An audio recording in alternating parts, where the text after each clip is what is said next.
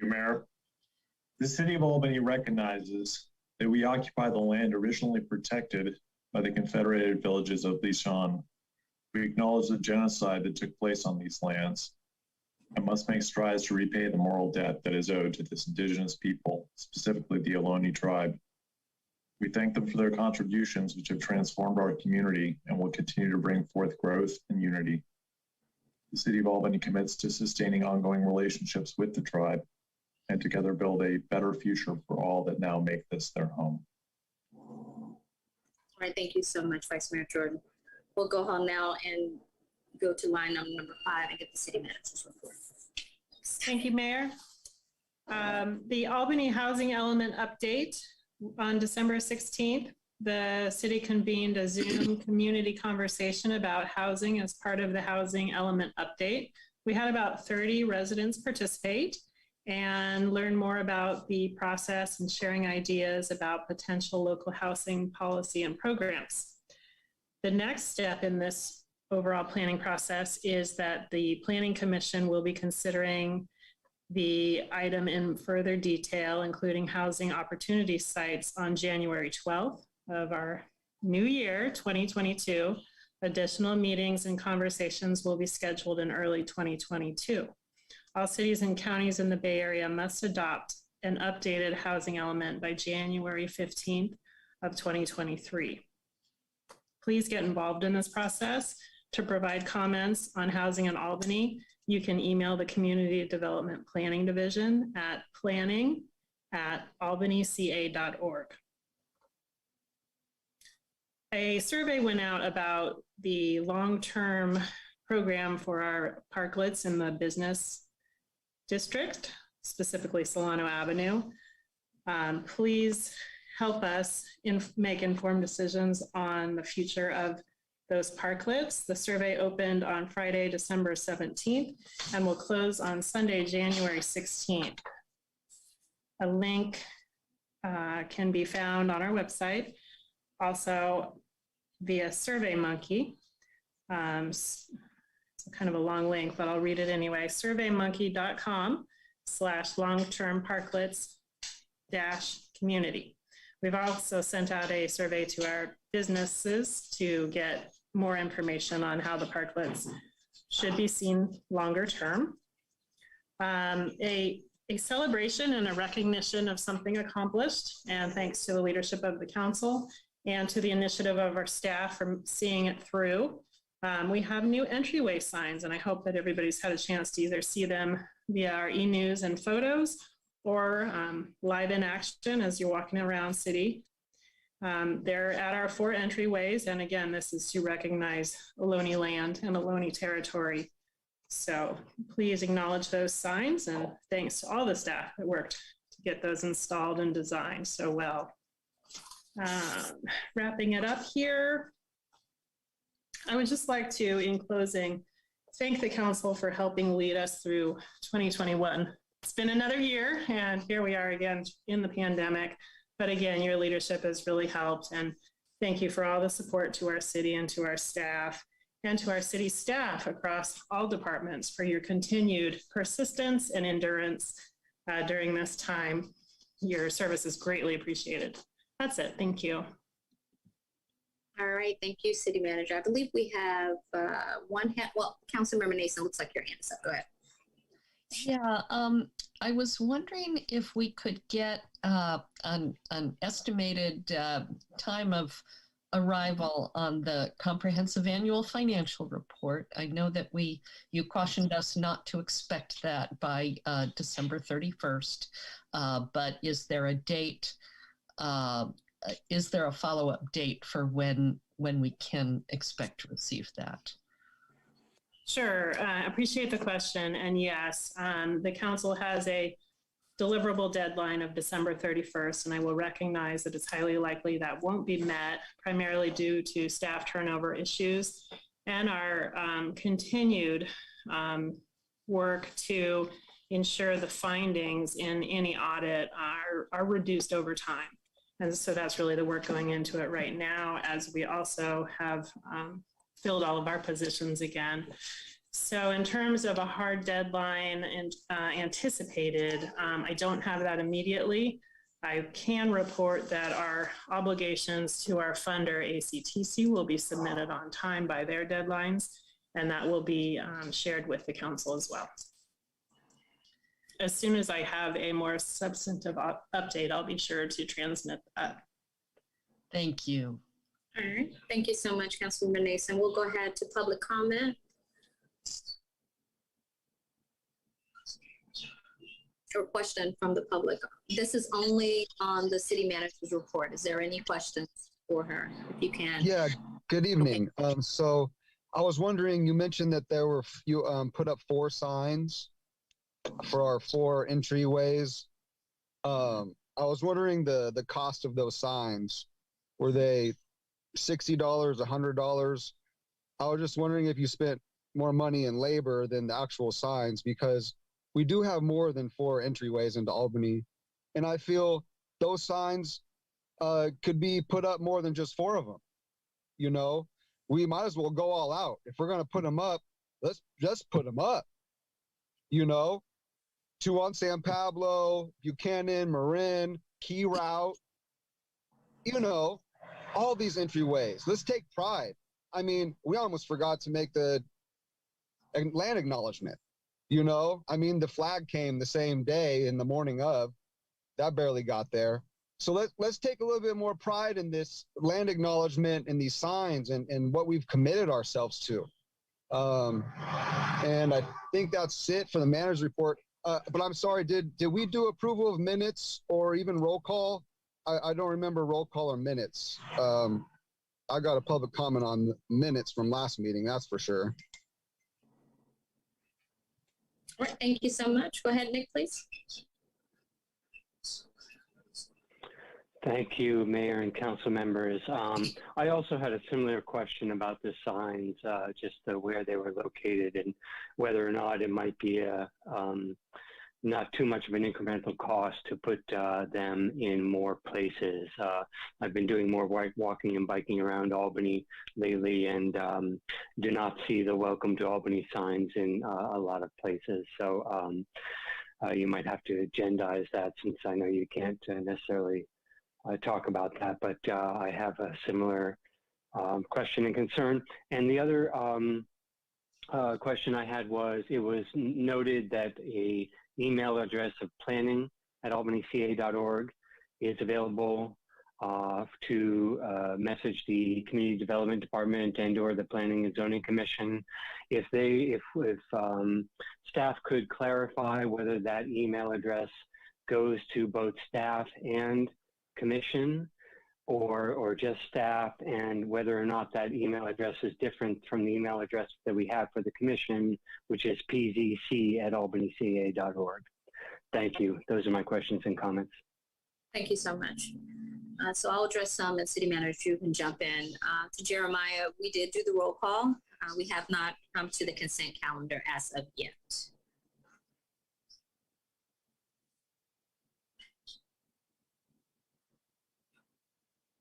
City Manager, no? Sure. Okay. Okay, to answer those, Mayor. Let's see. For the question regarding the email address, that goes to staff.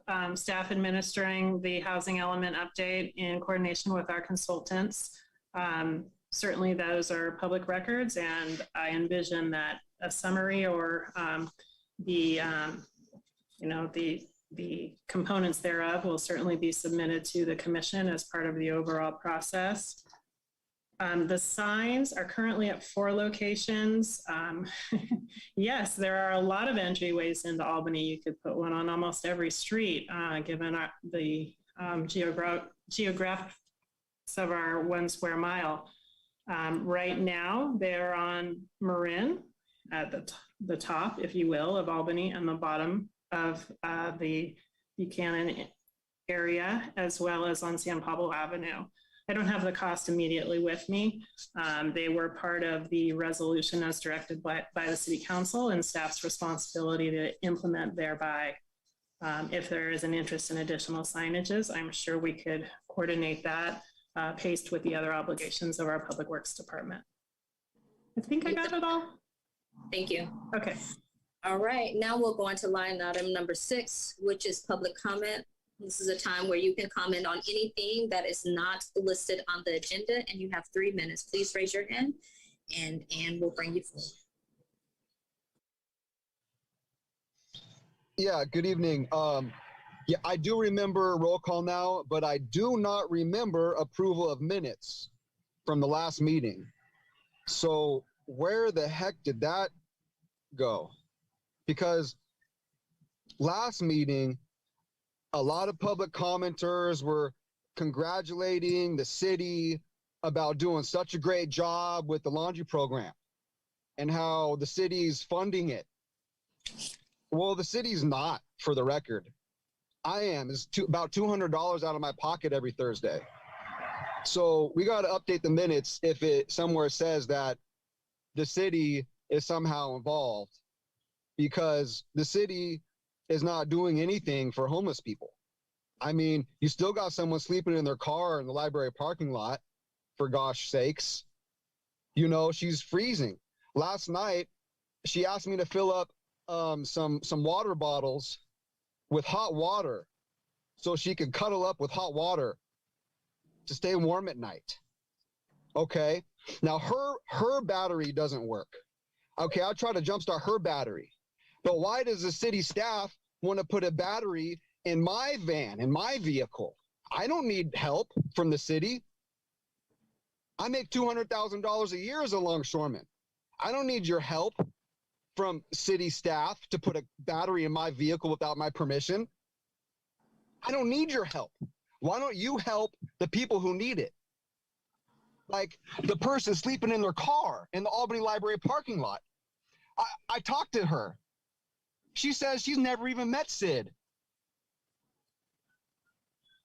Doesn't Sid work in the recreation center, right? Isn't his office in there? He hasn't even introduced himself to her. What's going on, you guys? Are you just ignoring this situation? This person is actually a resident of Albany. She left her house because of her husband is something domestic. So get your act together. I'm tired of being the only one who's helping all the homeless people in Albany.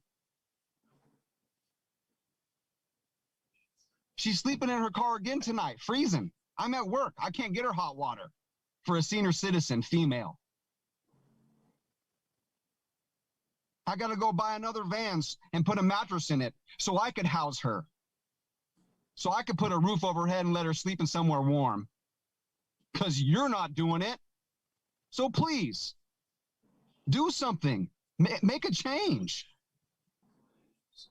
You know? When are you going to do something? Next year? Thank you so much for your comment. Next, please. Yes, can you hear me? I can. Go ahead, please. Thanks. Good evening. I'm Susan Schwartz, head of Friends of Five Creeks, founded in Albany 25 years ago to involve citizens in caring for creeks, watershed, and nature. 3 minutes is not enough to report on everything that's happening on Codornices and Cerrito Creek, much less our other sites. So I hope you will all, during the holidays, take a walk to enjoy the new plantings supervised by Margot Cunningham, the colorful car displays at 6, and just flowing water and greenery. I'm changing what I prepared to say tonight because this morning, Public Works Director Mark Hurley basically promised to do what our most recent letter asked. First, Albany will finally be posting accounting for the Codornices Creek Maintenance Fund on the Albany's website. This has to be enough detail so that someone can judge how that money is being spent. We all need to remember that this is not Albany's money and that all of Albany, Berkeley, and UC forgot about it for years. Second, Public Works Director Hurley believes that Albany and Berkeley can work out a way to pay for the portable toilet at 6 and Codornices. This is going to have to wait for after the holidays. Fair enough. Third, early in January, Albany will announce and give public notice and UC will host in late January the long-promised public meeting, which will give Codornices stakeholders, many people, teams, businesses, residents, a chance to weigh in on matters concerning that creek. Now, we're very happy about this, and I don't want to sound sour, but this is not the first time that we have heard from the city on the morning before we expected to speak at a public meeting on something that was very well documented. Returning to good news, I'm sure you remember the photos of the abandoned, feces-ridden, unsanitary 9th Street encampment. One of our volunteers independently sent his photos to the Regional Water Quality Control Board. Their staff contacted Albany, Berkeley, and UC, and after months of inaction, UC promptly hired the hazmat suit guys, finished the cleanup, hauled off the much greater volume of trash that we had bagged up, and has promised future cooperation and partnership. So Friends of Five Creeks is again working at that site, and we look forward to beginning planting the very large areas of bare, trampled mud in January. So right now, things look good. I don't have to add that this is all we'll see. Thank you very much. Thank you so much for your comment. Next, please.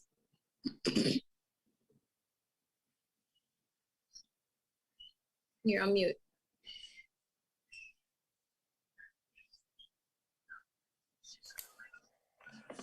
A moment. Thank you. There you go. Right now, Yes, we can hear you. I want to thank you for the opportunity to speak directly to the council. I'm asking, I would like to know what the city's plan of action is to resolve the situation on, I believe the address is 739 Madison Street, which is 1 block up from my house. I wasn't aware that the city was informed some time ago that there was a problem with that house, and wasn't aware that there was an ongoing process to mitigate the situation. I have noticed, and so have my neighbors down on Adams Street, that we are now impacted by what's going on up there. So that situation has now spread off into other residents' homes. And I would be interested in hearing tonight, if possible, a plan of action and a timeline, if that is available. And if it is not available, how do we learn that information? Because we are dealing with this situation. It's an ongoing and it's getting worse. Thank you. Thank you so much for your comment. Next, please.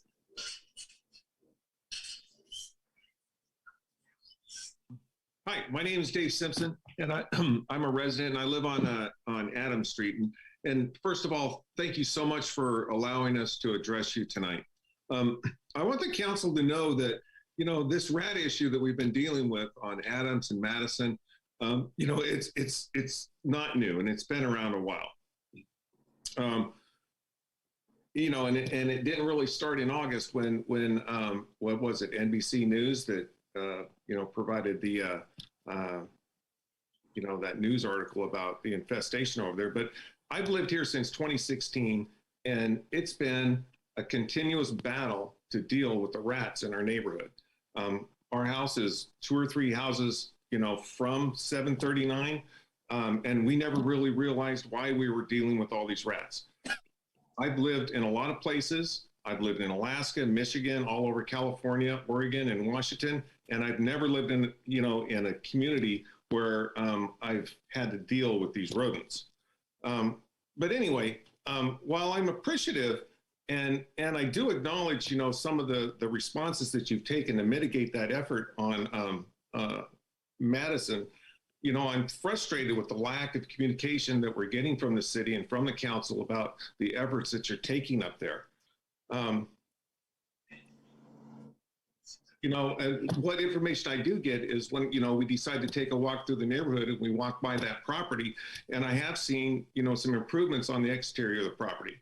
Don't know what's going on inside or in the backyard, but at least the front of the property is looking much better than what it did in the past.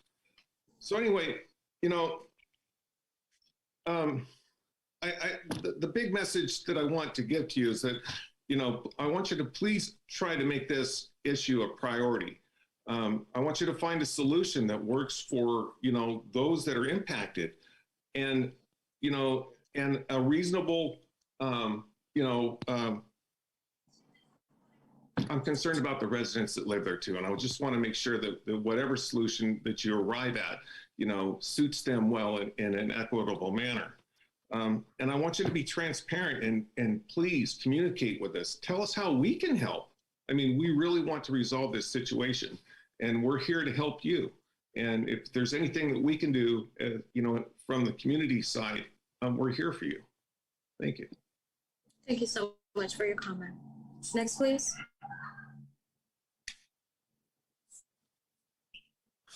Go ahead, Linda. Are you ready for Linda? Yes, go ahead, please. Okay. Linda Heider. I live at 740 Adams Street. I live behind the 739 Madison House. That has been a very big problem for 30 years in our neighborhood. And while I appreciate that there is some forward movement on this issue, I have felt that the response we have gotten from the city is weak, and we've not been kept abreast of the steps that have been going on. So Jeff Bond did promise he would keep us abreast of every step he took along the way. We have to pressure him to respond to us. And this is, as I say, 30 years in the making. And it looks like if we leave it up to the city, it's going to be another 30 years. And this is just, it's impacting our homes. The rats that I've had on my roof, I get rat mite bites from this infestation of rats. The woman, Natalia, who lives there, appears to be abusing Tony, the owner. And precious little seems to be done, though we've reported this as an elder abuse problem. And I just want to let you know we're not going away. We are going to keep the pressure on. Thank you. Thank you so much for your comment. Next, please. Hi there, Jennifer Hanson Romero, longtime resident of Albany. I will say that I understand all the comments that are made regarding the Madison House and the overflow that it's happened. However, I would like to encourage the city to take a larger look at the rat situation. It actually, everywhere I've lived in Albany, and I'm third generation Albany, but on Masonic, on Pierce, on Key Route, there are big rat infestation problems all over the city. And I don't know whether it stems from our sewer systems or anything else, but perhaps this actually, I know that there's obviously a big issue going on at the Madison and has been for a long time. But I think that maybe perhaps we need to look at this as a city-wide issue, because I believe it's not just isolated in these areas. Thank you. Thank you so much for your comment. All right, it looks like there's no more public comment. I'll bring it back to council. I just wanted to ask one thing, city manager, regarding the homeless woman at the library. Has the police or anyone reached out to her? If you can just briefly just let the public know, if anything, what we can do or what we have done, so they know that we're working on this. I'm limited in what I can reply based on the sensitive nature of the individual. However, I can stress that Berkeley Food and Housing Project has been working with the individual for some time now and trying to get the individual into safe shelter. All right, thank you. Anyone else from the council? All right, with that said, we'll go to line number 7, which is a consent calendar, and I'll start with Councilmember Tiedemann. Councilmember Nason? Councilmember McQuaid, Nothing. Vice Mayor Jordan. Yeah, it's 1, 6, and 7. 7-1 and 7-6 and 7-7. I'm sorry, 7-1, 7-6, and 7-7. All right, let's see if there's anyone from the public that would like to pull anything. Looks like there was a hand up. I don't know if that hand was up during the consent calendar or was that part of public comment. And if you can let me know if I missed that hand. I think it went up during public comment, but Okay. after public comment has closed. Okay, all right. All right, I'll bring it back to the council. Vice Mayor Jordan, 7-1. Well, I do see that somebody did raise their hand when this item came up, like the second person in line. All right, so Anne, if you can get the public and just see if there's any comment or if they would like to pull anything on the consent calendar, please. Go ahead.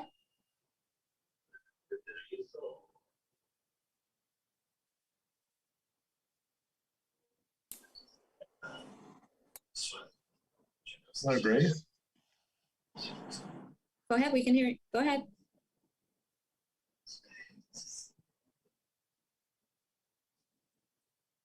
Not coming through, unfortunately. Go to the next one, Anne, and if she comes back on, we can let her speak. Yeah, I just Yep. wanted to pull the item, the minutes from the last meeting.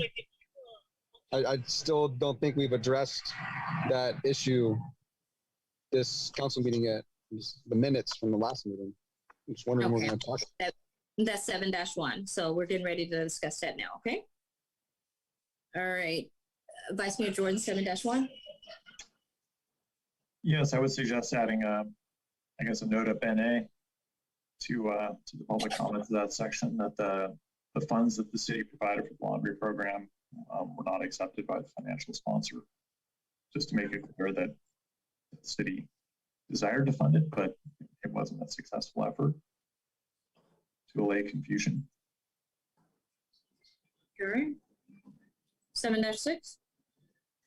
7-6, well, there, I noticed Councilmember Tiedemann had his hand raised on 7-1. Yeah, can I make a clarification on the minutes? Because I just, we have a lovely new software for all of our agendas and whatnot. It allows you to search in it for any words. There's no mention of the laundry program in the minutes from last meeting, so I don't think there's anything to correct. Oh, really? Okay. That's my bad. I apologize. All right. You want to go to 7-6? Yeah, on 7-6 and 7-7, I just wanted to thank staff, engineering staff of the city for doing estimation on projects that came in actually above the lowest bid. So that's always a win. That's not a common thing that occurs. Just actually read an article in The Economist about this in terms of worldwide construction, and construction almost always goes over cost and over time. So just want to recognize that we've getting good work there for the city, and public work seems to be really firing along now. So thank you very much. All right. Thank you so much, Vice Mayor Jordan. Can I get a motion to approve the minutes, the consent calendar? So moved. Get a second? Seconded. And can we get a roll call? Okay, moved by Councilmember Nason, seconded by Councilmember Tiedemann. Yes. Mayor Gary, Yes. Vice Mayor Jordan, Yes. Councilmember McQuaid, Yes. Councilmember Nason, Yes. Councilmember Tiedemann. Yes. Motion carries. All right, thank you so much. Now we'll move down to line number 8, which is a presentation. It's the annual fire prevention inspection presentation. I'll go ahead and turn it over to staff. Promoting the fire chief up. If you give him a minute.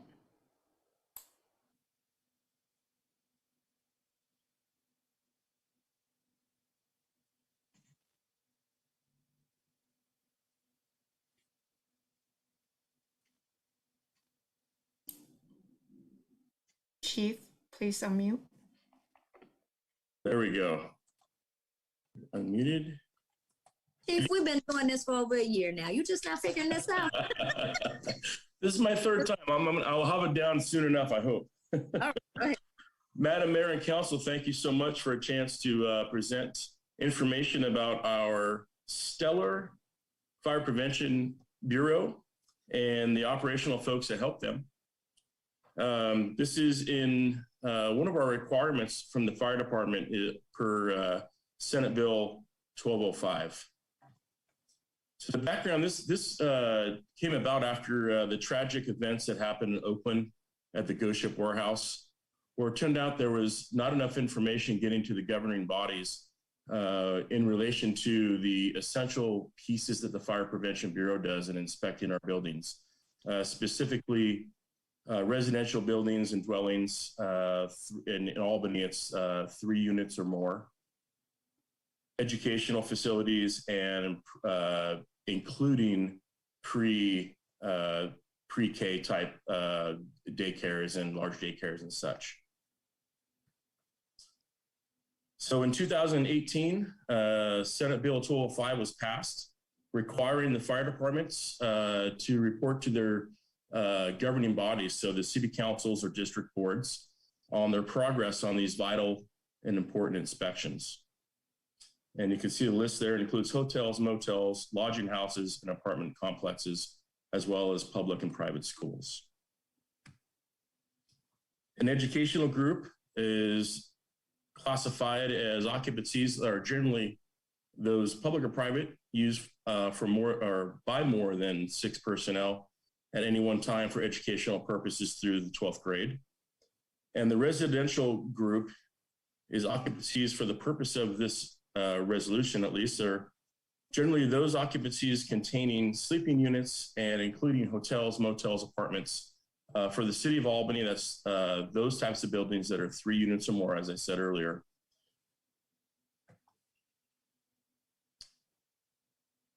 In Albany, there are 14 known Group E occupancies. This year, we inspected all of them.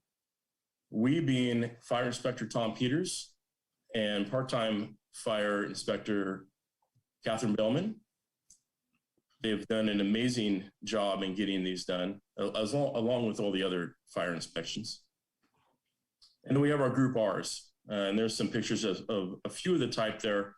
So you see Belmont Village, 555 Pierce, and 1260 Brighton as examples of the different variant types. They did 236 inspections of the Group Rs. Prior to the questions, just some of the other pieces, it's approximately 10 hours a week of their time are going towards these types of inspections.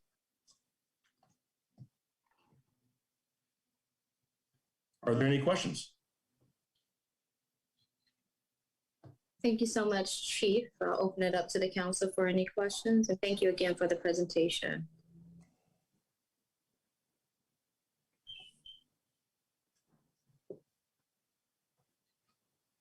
All right, Councilmember Nason, Vice Mayor Jordan, and Councilmember McQuaid, in that order. Thank you. This is great to see this compliance level and that the work has gotten done. What I'm wondering about is whether the categories will be expanded over time, or if this is pretty much it under this legislation. This is what we will continue to inspect, and not and it won't be necessarily broadened out to other types of living arrangements. This is about as close as we can get, other than reaching into what would be considered the R1 types, or actual private dwellings going into people's townhomes or private homes. So I don't know if that's going to change, or where you go into someone's private home to do an inspection. But these aren't all of the inspections we do. Obviously, we also do the businesses and varying parts. But for this legislation, I don't see it changing right now, because then we would be going into someone's personal home that they may own, versus someone who is renting from a building owner and we're there to make sure that the building owner is maintaining a level of safety that is expected by the occupant and the public itself. Yeah, understood. One thing that has concerned me over the years, it was kind of an acute problem when we had the bulb encampment, but more generally, there are, Oakland particularly has a lot of homeless encampment fires. And, you know, with tents going up in flames, you have a real problematical situation. And we did have one not long ago. And I'm just curious, is there anything that we do or that we can do to help avoid those types of incidents or help people address them? You know, I don't know what kind of equipment people might be provided or whatever it might be. By equipment, do you mean devices to extinguish fires that might start, like a fire extinguisher, or? Yeah, I was thinking like that. You know, there are cans that of retardant that are not exactly fire extinguishers, but you know, it's a can of this stuff that you can spray if you get a fire. Do we provide anything, or does anybody provide anything that you know of that we might want to think about? As far as a government agency providing them, I haven't heard of anything. They would have to be devices that are serviced, appropriate for approved devices. Some of the we had some extinguishing devices that were a spray type can that might not have been approved by the California State Fire Marshal. So we want to make sure that they are safe to use so that the problem doesn't get worse than the initial fire and harm folks that way. Yeah. When we do find places where the unhoused are living, we do our best to get services to them so we can avoid the problem by getting them into a safe, warm, dry environment, get them fed and into services to help them along to a more appropriate level for a person to be living in. But we are not actively handing out devices to put fires out, other than advising them that the proper ways to have a heating. Well, we actually put all fires out in Albany. That's the way that the ordinance reads as far as camping and such. So, yeah, so we don't leave them in a situation where the fire could get worse. Yeah. Okay. Well, it's off the topic, but I wanted to just inquire about it. Thank you very much. You bet. Vice Mayor Jordan. Thank you, Mayor. Thank you, Chief Widow. You mentioned 10 hours a week. Was that 10 hours a week combined between the two staff, or 10 hours a week for each staff member? It's approximately 10 hours a week for each inspection. So it could be, right now it's 2 people because we're introducing a new fire records management program. So it takes 2 people, one to make sure the accuracy of the information we have entered into our new program, and time for someone to walk around the complex, make sure the extinguishers are good, check the keys in the Knox box, check the suitability of the stability of the stairs and such for the escape routes if they're wood, if they're make sure they're not rotten and those types of things. So it's the approximate 10. Thanks. And it's 10. So it's 10 each for each of those 2 staff members. Well, it's 10 per week, not each one per se. Oh, okay. So it's combined 10 hours a week. Yes. Yeah, I appreciate the staff inspection. The first place that I moved in Albany, one of the stairs literally fell off the flight up to the 2nd floor. So this is great. Which I guess leads me to my next question. How long have these inspections been occurring? I'm guessing just since the legislation required them. No, we actually were. Albany has been. We pride ourselves on being ahead of as far as fire prevention. And when I first started in '96, shortly after that, we adopted NFPA 1. We were the first city in the whole state to adopt NFPA 1. So Chief McGinn was way ahead of the game when it came to that. One of our pieces of inspecting equipment was actual ski pole, so that we could go to the parts of the stair we couldn't reach to make sure they weren't dry rotted. We're Albany's ahead of the curve. As you mentioned a couple months back regarding the alert system in the fire station for earthquakes, Chief McGinn was he was way ahead of his time when it came to this. And instead of an ounce of prevention, he was about a pound of prevention. Detecting that theme.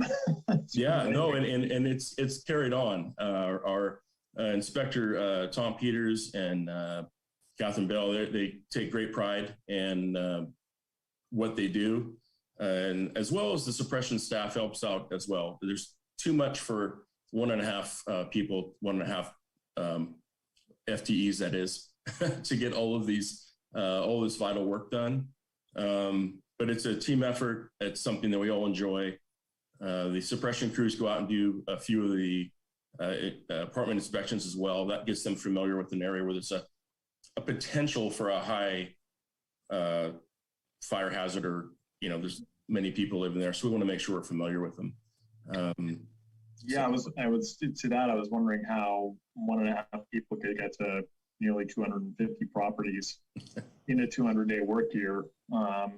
So I think you might hint at how that's possible, which is some other staff get involved in the actual inspections of some of the properties. Yes, we divide the properties up between all 3 shifts, the A, B, and C shift. Mm-hmm. And the bigger projects, like 5, not that they're apartments, they're condominiums, but 35, 45, and 55, and other larger complexes will get done by the actual Fire Prevention Bureau staff. Mm-hmm. Great.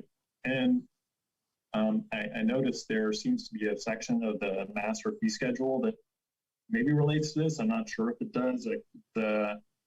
It's called the Fire Prevention and Life Safety Program, and has a schedule for charging a fee for it. I think it's for inspections.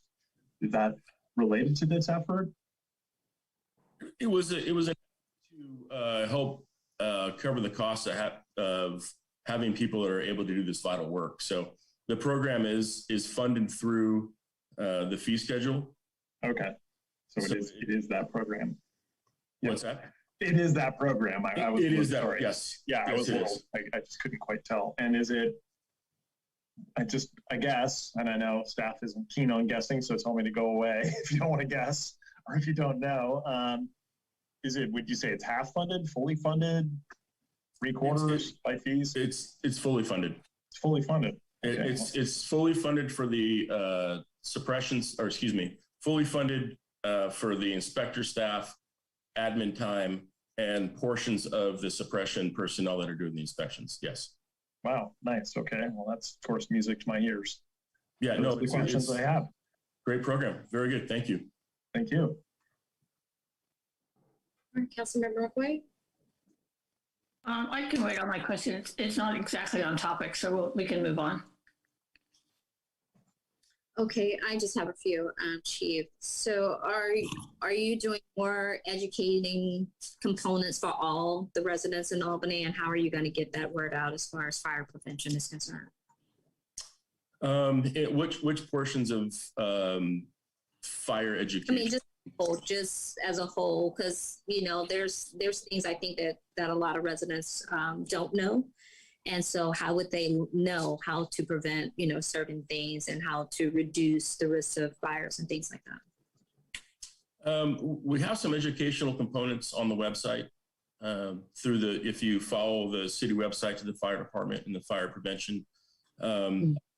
We have links to the National Fire Protection Association, the U.S. Fire Administration that have educational links. The pandemic kind of put a little bit of a break on our ability to get out and get the word out to folks on how to use a fire extinguisher, or what the smoke detectors are for. We do send a annual mailer out to the property owners that they return to us, telling us that they did take care of replacing batteries in their smoke detectors. The carbon monoxide detectors are up and going. But we're hoping in the future to be able to offer the ability to have training on fire extinguishers and such, besides just videos on YouTube and links that you can find through the website to the U.S. Fire Administration has amazing educational videos that are available for folks. All right, thank you so much. It looks like we have one question and a couple of questions. So we go ahead and let them in.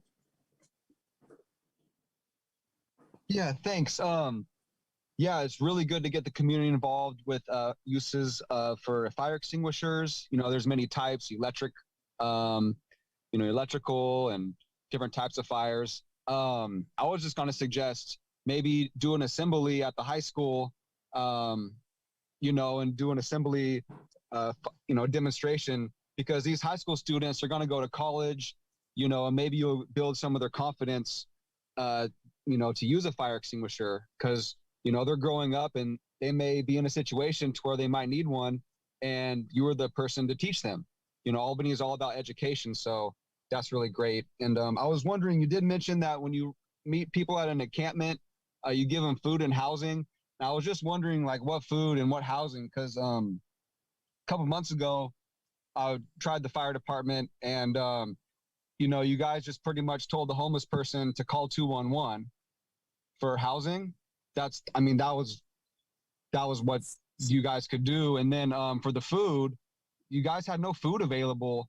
I was just wondering, what you're gonna go to Sprouts and go grocery shopping and cook them a meal in your kitchen, or let them sleep in a sleeping bag, somewhere, or because I was just wondering about the housing thing and the food. All right, thank you for your comment. Next, please. Good evening, council members. And thank you, Chief, for your report. I'm aware that we haven't heard for a long time about the status of the eucalyptus on the hill. I know that's a fire danger, and I understood that the fire department was going to do something about cleaning up the debris there. Thank you. Thank you so much for your comment. Please assume. I'll bring it back. Chief, would you like to address any of those comments? Well, I'll apologize if there was a misunderstanding. We was referring to we help educate people about cooking fires. We do our best to reach out to resources that are available through our Albany Cares to get folks the help they need so that they can be housed and fed. And as far as the Albany Hill, we are working directly with Public Works and Community Development to get through grant programs to help take care of the vegetation management needs on the hill. Currently, after observing it, we've had some precipitation, which is fantastic from a firefighter's point of view. But we are actively working on getting programs up and running so we can start tackling that problem now before the fire season starts. All right, thank you so much. Any council members, Vice Mayor, you have any last minute comments or questions? Right, thank you so much, Chief, for bringing Appreciate it. Appreciate you. Yep, thank you. Thank you so much. Take care, y'all. Yeah. All right, we're moving along to the new business. That's item number 11, reducing vehicle and pedestrian bicycle accidents. So this is a memo that I brought forth because it was concerning to hear that such a small city, we've had 14 vehicle versus pedestrian accidents. in my background, I do know that can be very costly to the city, especially when a claim or a suit is filed, that they're going to come after the deep pockets. And so with pockets of intelligence, I do know that there is a transportation commission. I do know what their duties is as far as advising us on what to do. But the question is on the table is why there haven't been any signs up, because I know that commission has been up probably as long as the city or the Solano Avenue. So why are there no signs addressing these issues? Why are there no pedestrian crosswalks? Why is there no safety measures being taken? When during my research, I did see on Thursday a young lady walking her baby in a stroller, UPS truck, made a left turn. She was in the middle of the crosswalk, almost hit her. No signage. I went up the street to CVS and noticed that there were speeds at approximately around 25 or more per hour, and they almost hit another person that was in the middle of the crosswalk. When crossing the street myself, a resident said, "You never know." So the steps need to be taken now. This is a public health issue. You've seen it on the news. I have today several times where people have had fatalities. Nancy Pelosi in San Francisco, they're advocating for more safety on these streets for pedestrians. And so instead of us taking the reactive approach, I think it is best for us to take a proactive approach to avoid any potential losses or any other damages or fatalities on our streets. So with that said, I'll open it up for discussion. And before I do that, one more thing. So when I'm speaking to the task force, I'm looking for something immediate, like a short-term situation, placing up signs in heightened areas. And then as we continue to evaluate, staff evaluates the situation, then there's a long-term plan that could be put in place to work with the Transportation Commission. But what I'm stating now is that something needs to be done. We need to make sure that at least Key Route and a couple of our other areas are taken care of so we can prevent any more fatalities or vehicle hits. So with that said, I'll open it up.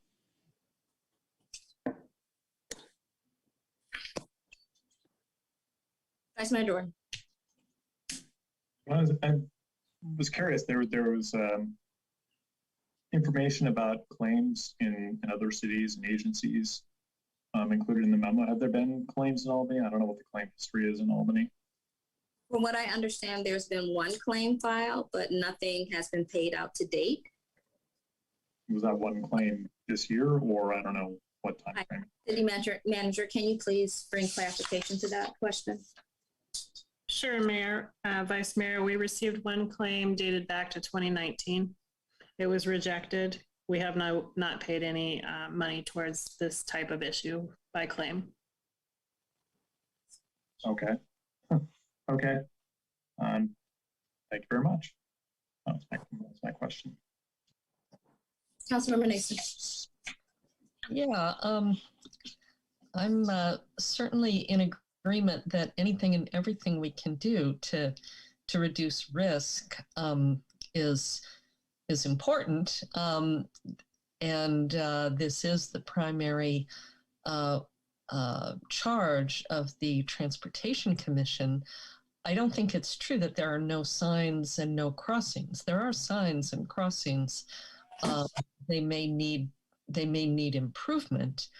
The area of my particular concern for many years has been the need for more lighting, but that is a long-term project. It's in the capital improvement plan, and I think that the problem there has more to do with our need to beef up the capacity of our public works to get the planned projects into place.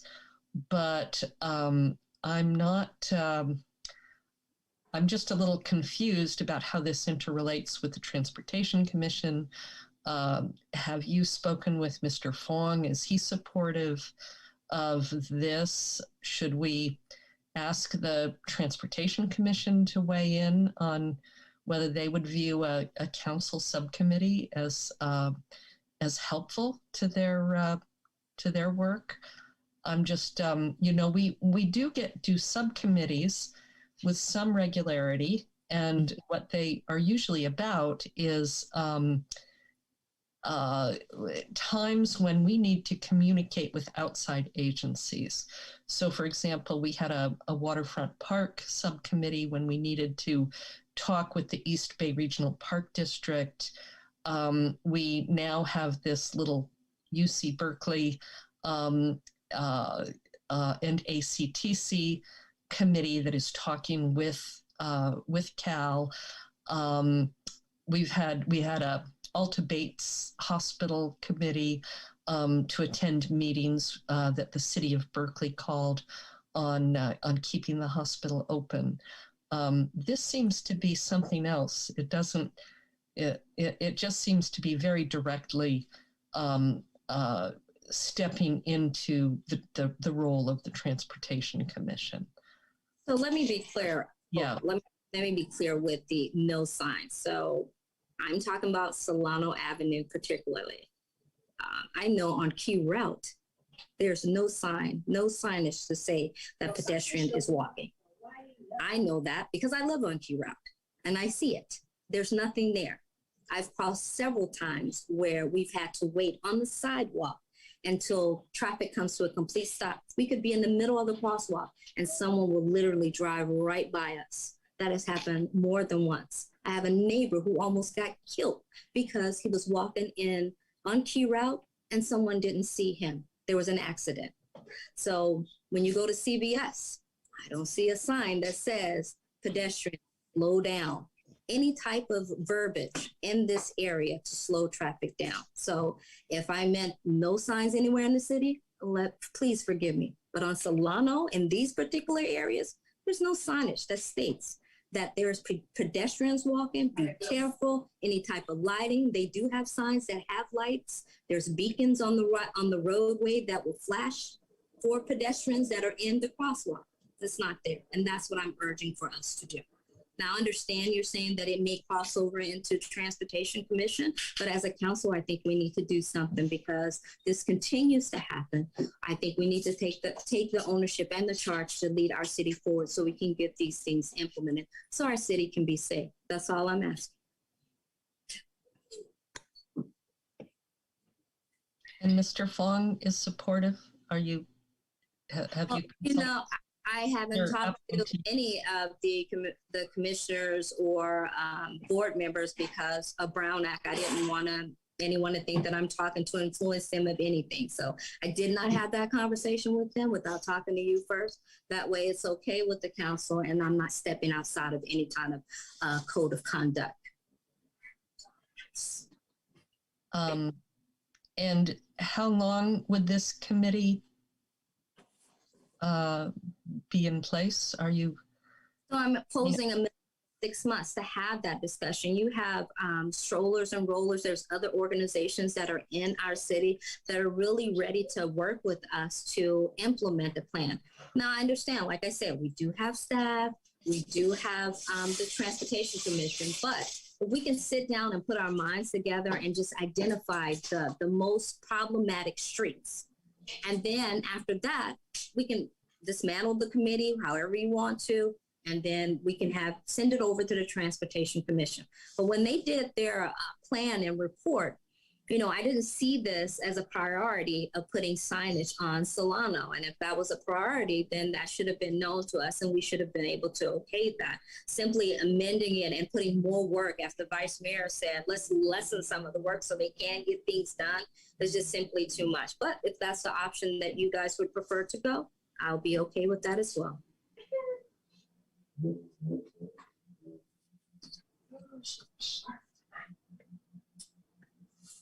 Councilmember McQuaid. Thank you.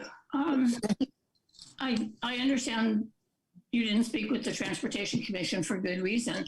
I'm curious, though, did you speak with anyone in Public Works? Or, you do have a transportation engineer on staff. Was there any conversation with them? The only person that I've been speaking with during my tenure is the city manager. I've posed these questions to her and she relays them to the staff. Again, as you continue to remind me, this is a council manager government. So I just want to make sure that I'm falling in line with what has been proposed with the city. And that's how I've been conducting myself. Okay, good. You know, we have an active transportation plan, and we do need to update that, and we have that as one of the things that we're looking for funding for. We've worked on a complete streets plan. We have a lot of projects in our CIP. You know, I don't think a council task force is the right approach here. What I'm thinking though is perhaps sharing with the staff liaison to the Transportation Commission our appreciation of their good work, and to have them focus on these issues, these safety concerns. I think that's a better approach. Now, will that step into what they're already working on? I mean, if they're already prioritized themselves on working on a particular issue, I mean, it would basically saying stop, work on this, because this is a public health issue. So what I was trying to do is not give them more work, because they are working on things. And you're right, we're absolutely appreciative of the hard work they're doing. But as a council, if we don't make a stand and lead our city forward, then who else? So again, I'm not excluding them out. I'm just asking if a couple of us, whether it's vice majority, whoever wants to be on it, let's work together and come up with a plan that we can start seeing signage. We can get signages on Key Route and a couple other streets in a matter of 2 weeks. Get the proposal, find out how much it is. Should be less than 35,000 or more, and get the signs up. Then as the signs continue to come up, right, it should decrease the amount of vehicle hits. One other business owner, you know, he was complaining about the park list, and I don't want to get into that issue, but he stated, if you can put some signage for pedestrians, the park list can stay, because the customers are afraid to walk across the street because of the speed on Solano and the lack of signage that's on Solano. So again, I'm just asking if we can do that. Again, don't want to get into the park list situation because the transportation is handling that as well. I just want to make sure that we are aware what's going on our streets. Don't the parklets, more than one of them, have signs that say 15 miles per hour? I've seen 2, and I know we have more than 2 parklets out there.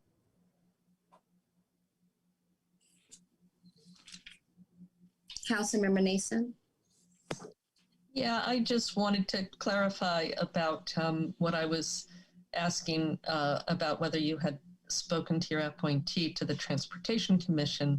I didn't mean to suggest that anyone should be pressuring anybody who's on any advisory committee to go along with any particular proposal or anything, but that it might be helpful to find out what is going on with the Transportation Commission in the areas that you're concerned about.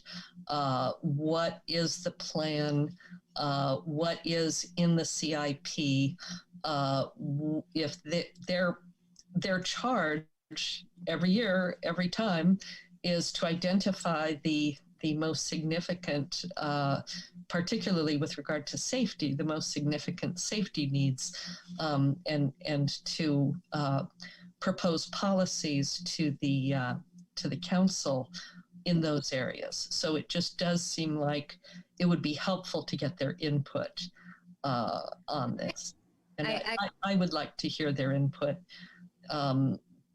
before we act on this myself. Because it does seem like we're kind of sidelining them in the area of their, expertise and assignment. Well, help me to understand how so, because we have an emergency. We're a small town, 14 vehicle pedestrian hits. We had a fatality in 2019.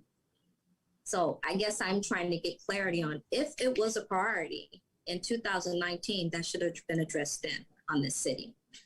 Those steps should have been taken when the commission brought their plan to us. That should have been the number one thing. We got to make sure that our streets are safe on Solano, so a fatality that happened on Jackson won't happen again. But if you want to wait and just kick this down the road to them until they get to it, then so be it. I'm asking that we don't, that we help, we do due diligence. I'm asking for input. I'm asking that we hear from them. I'll go ahead and take a break and I'll go to public comment. If you go ahead and let them in.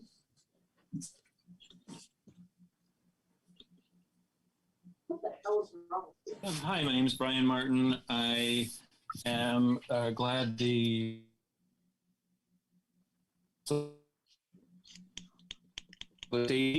and I do, in my experience with seeing these things happen, I have come to appreciate, though, that there's that sort of diverse opinions are very helpful, and that can come out in transportation committee meetings. So I would encourage the city council to find ways to channel this energy towards and these lofty goals and these noble goals to the Transportation Commission.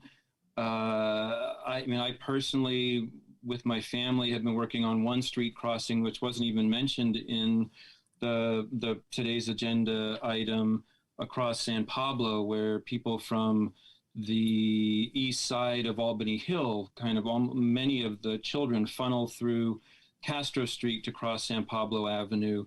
And I've gotten there's a business owner on the other side of San Pablo there at the brewery who is very concerned about her customers that she sees taking risks all the time to cross there's basically 7 lanes there if you count the parking, the regions. And whereas San Pablo, Solano, where we have bulb outs, is now only 2 lanes.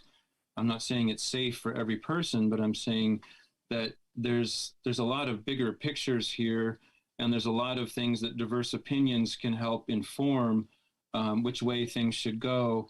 And we have the expertise in the Transportation Commission and the Public Works Department that is working with them on those specific issues. To channel this energy, I would encourage the City Council, first of all, to go through the Transportation Commission, but also, if that means amending the work plan, then that means amending the work plan. But also, maybe there's a way to, maybe there's a mechanism, I think just process-wise, to ask the Transportation Commission to consider something and report back to the council. You know, maybe there's a way, if the council wants more direct involvement and wants to try to speed up things.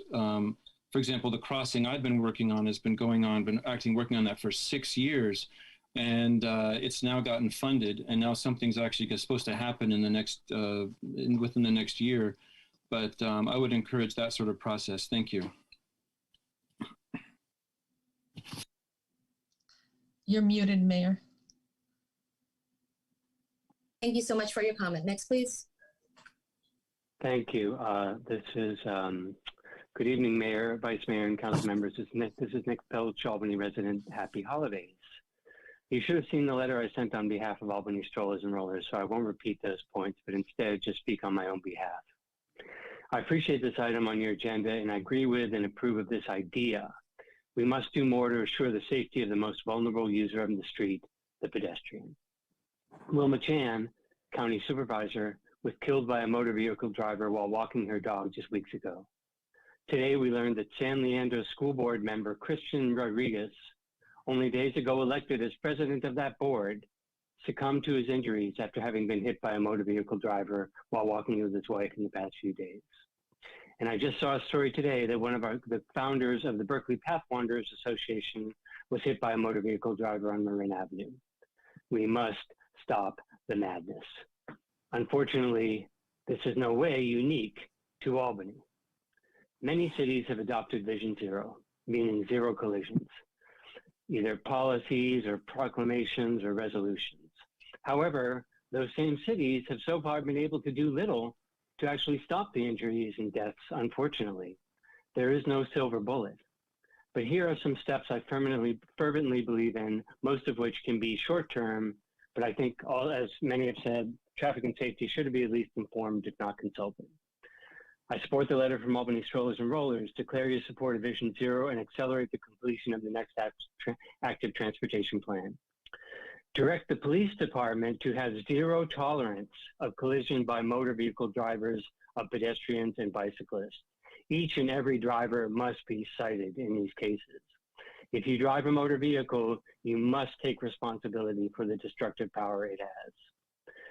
Always favor access for pedestrians and bicyclists over motor vehicles. Pedestrians and bicyclists are still treated and viewed as second-class citizens by our laws, our codes, and too often our actions, whether we realize it or not. We have often spoken about improving the lighting on Solano, but we've deferred this to long-term planning for Solano. It might be worth to consider making the lighting a short-term plan instead. One thing you might be able to do after January 1st is to use the recently passed AB 43 to slow the speed limit on Solano to 25 or even 15 miles per hour, and to consider other streets as well. If you do so, direct the police to prioritize enforcement, or better yet, research and or consider automatic enforcement by camera. And as far as the signs goes, stop for pedestrians, they are just announcing state law.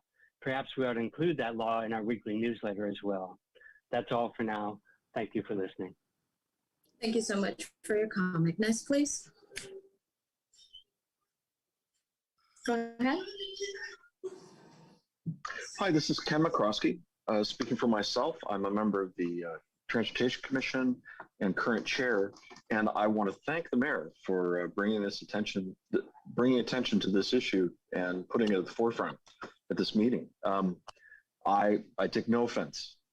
We serve as commissioners at the behest of City Council. If you have changing priorities, fabulous. Let's hear about it. You know, I myself go back and forth between having my hair on fire about these issues and wanting something to happen immediately, and then getting mired in the details of actually making it happen. And I think we're constantly somewhere in the middle. I think we've been making some progress, but we could make more. I share what I hear is frustration with the environment that's out there. And we've heard some other public comments about that. I won't, drone on about that. I think, there's a feeling of unsafeness as an active transportation road user, a walker, a biker, or a scooter user. And that feeling of safety is very uncomfortable, leads to less walking and riding, and is extremely concerning. And I will say that there are very few things that can be done to really change that culture that we have.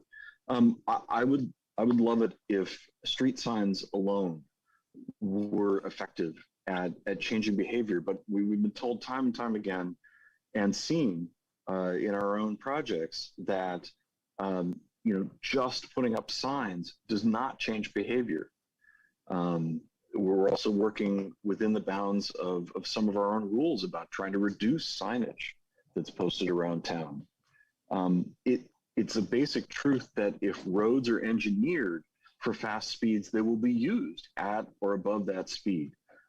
It takes time to change these things. So as the Strollers and Rollers letter notes, prioritizing the ATP, looking at a Vision Zero policy to support the efforts that we're already working on.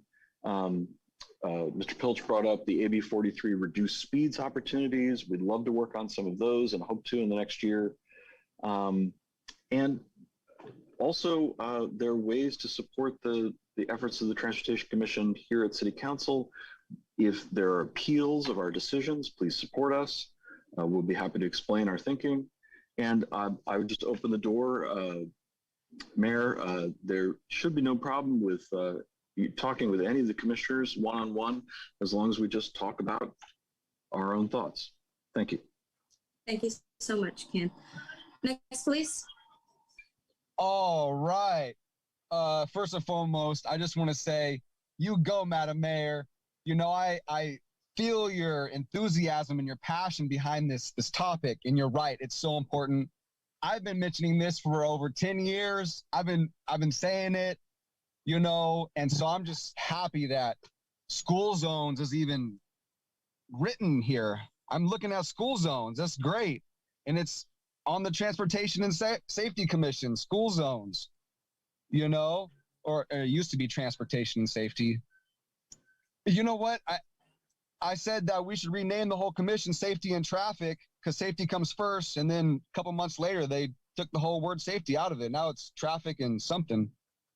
I don't know. But safety should be there, right? Because it's safety. So we should put the word safety back in Traffic and Safety Commission. You know, I'm just really happy we're making movement on this. I was really excited. I was probably the most excited person on earth back in 2012. You guys remember, right? Oh, come on. Everybody remembers, right? 2012. Okay. That's when the Pedestrian Safety Act came out. The federal Pedestrian Safety Act back in 2012, because pedestrian safety is a big deal, even on the federal level, apparently. So there's federal grants. So why don't you Google Pedestrian Safety Act?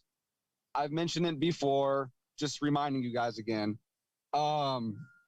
Check out Pedestrian Safety Act and federal grants and school zone grants. Once we actually get school zones in our municipal code book, then California State can give us our school zone grant, you know, $100,000 for repainting crosswalks and signs, you know. I'm all for 15 miles an hour on Solano. Please and thank you. I've suggested that many times. So I'm glad to see it's on there. You know, safety is a big deal. Cars and trucks and buses will run over, bless you, will run over, you know, a person or a bike. So I'm always at Gordo's, and the crosswalk on Solano is so dark. And it's so dark on Solano right there at Gordo's. I mean, just reminding you again. So why does anybody do anything about it? It's been like that forever. You know, trim the tree, put an LED light on there, something brighter.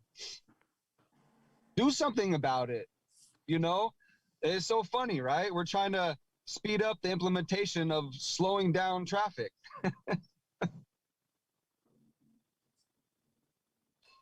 All right. Thank you so much for your comment. Next, please.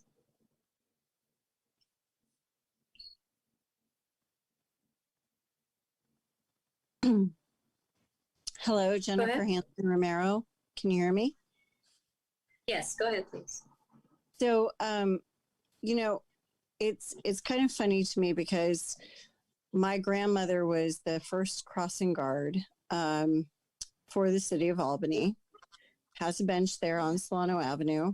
She was the crossing guard for 33 years. And I watched her over the years, time and time again, stopping pedestrians, stopping cyclists and telling them to get off their bike. They needed to walk it across the road. The crossing guards that we have now here jump out as people are just flooding into the crosswalks, which frustrate our drivers and other people. So I do believe that there's a management issue in that sense for those cases, but it's multiple layers of things. But I do believe that helping our crossing guards, you know, direct traffic a little bit better, and I appreciate them. I'm not saying anything against them, but I think it's like an old school way versus a new school way in the fact that my grandmother directed them to stay on the stay on the sidewalks until she was ready to cross them and manage the traffic. We don't have that anymore. People are constantly bounding into the crosswalks. I'm a pedestrian, I have the right of way, or I'm a cyclist, I have the right of way, you know. And so that is a little frustrating for my standing. But I do agree with the fact that, you know, our lighting is terrible. And part of that is our trees are not trimmed properly in order to allow our lighting to light up those streets. Our signage, you know, we have brand new signage for all sorts of other brand new things, but not the signage on the street signs that are supposed to be reflective. I mean, that's supposed to be the code. And we say it's on the master plan, but how many years are we going to wait for that master plan to come into fruition? The bulb outs, some of, I love the outdoor dining, but some of the bulb outs are really hard to see past. And I have constant communication amongst many people who are like, I can't see past this. I'm creeping out onto the street. I'm constantly afraid I'm getting hit. There's frustration with the parking issues. There's lack of enforcement. I mean, there's so many things that need to be looked at. It's an overwhelming problem with so many different facets that we need to take a look at everything and not just one thing. Thank you. Thank you so much for your comment. Next, please. Hi there. Thank you so much for prioritizing active transportation safety in Albany and calling out specifically Solano Avenue. I've lived half a block off Solano right near San Pablo for almost 30 years and bike and walk daily here. I've been recovering from surgery, so I was using a walker and now a cane, and crossing Solano in this condition was a really scary proposition. Walk signals are not long enough for a slow walker to cross Solano or Marin or San Pablo, period. No way. At unsignaled intersection, drivers are impatient. They try to squeeze by, squeeze around, pedestrian, cyclists. I was shopping at Abrams Claghorn the other day and horns were blaring and Robbie Abrams looks at me and he rolls his eyes and he goes, this is my normal. I mean, I'm not sure why, but drivers are more and more impatient. They're driving faster. They're whipping U-turns. They're taking chances. Police aren't walking or biking the beat to cite these drivers, so there's no reason for them not to do it. Pedestrians are basically playing Frogger, as Brian Martin said. They're just like playing Frogger across all these streets, and it's just not safe. When I bike and walk in El Cerrito, Berkeley, and Emeryville, especially on the various greenways and trails, there are a lot of intersections that have blinking lights that are actuated by the active transportation users, like pedestrians and bicyclists, and those lights absolutely help drivers become aware of the active transportation users, and they slow down. They make eye contact, they slow down. Albany's got one of those on Marin, I think at Evelyn, because it's a school crossing, but more of those would really help because they really create awareness. As you guys have all said, the Transportation Commission members they're transportation professionals. They're super well suited to sweating these details of how to get Albany to Vision Zero. So they should do that. But if you eventually do have a task force, I hope you include some members of the public who do use active transportation. One thing you can do, you have mentioned, to answer your questions, in July of 2020, in conjunction with outdoor dining, your body directed staff to install the signage on Solano Avenue to slow traffic down. And then after more than 6 months, staff put 4 signs down, and they each just point in one direction. So there are 4 signs, and Albany's public right-of-way in Solano Avenue spans 16 blocks from Ordway to San Pablo. 4 signs does not do it. So I hope you can, business owners and members of the public have all asked for more signage. So please, I know that's not the silver bullet, that's not it, but please ask for more signage. Everyone wants it. Hopefully that'll create more awareness and slow drivers down. Thank you so much. Thank you so much for your comment. Next comment, please. Bart Grossman again. I was not going to comment, but this is very near and dear to my heart. And I want to thank the mayor for bringing up this issue. As a senior with some disabilities, this is very important to me. When I was younger, I could dance across San Pablo and Solano through the cars. I can't dance so well anymore. And I'm not alone. We have a senior population that's fairly sizable in Albany.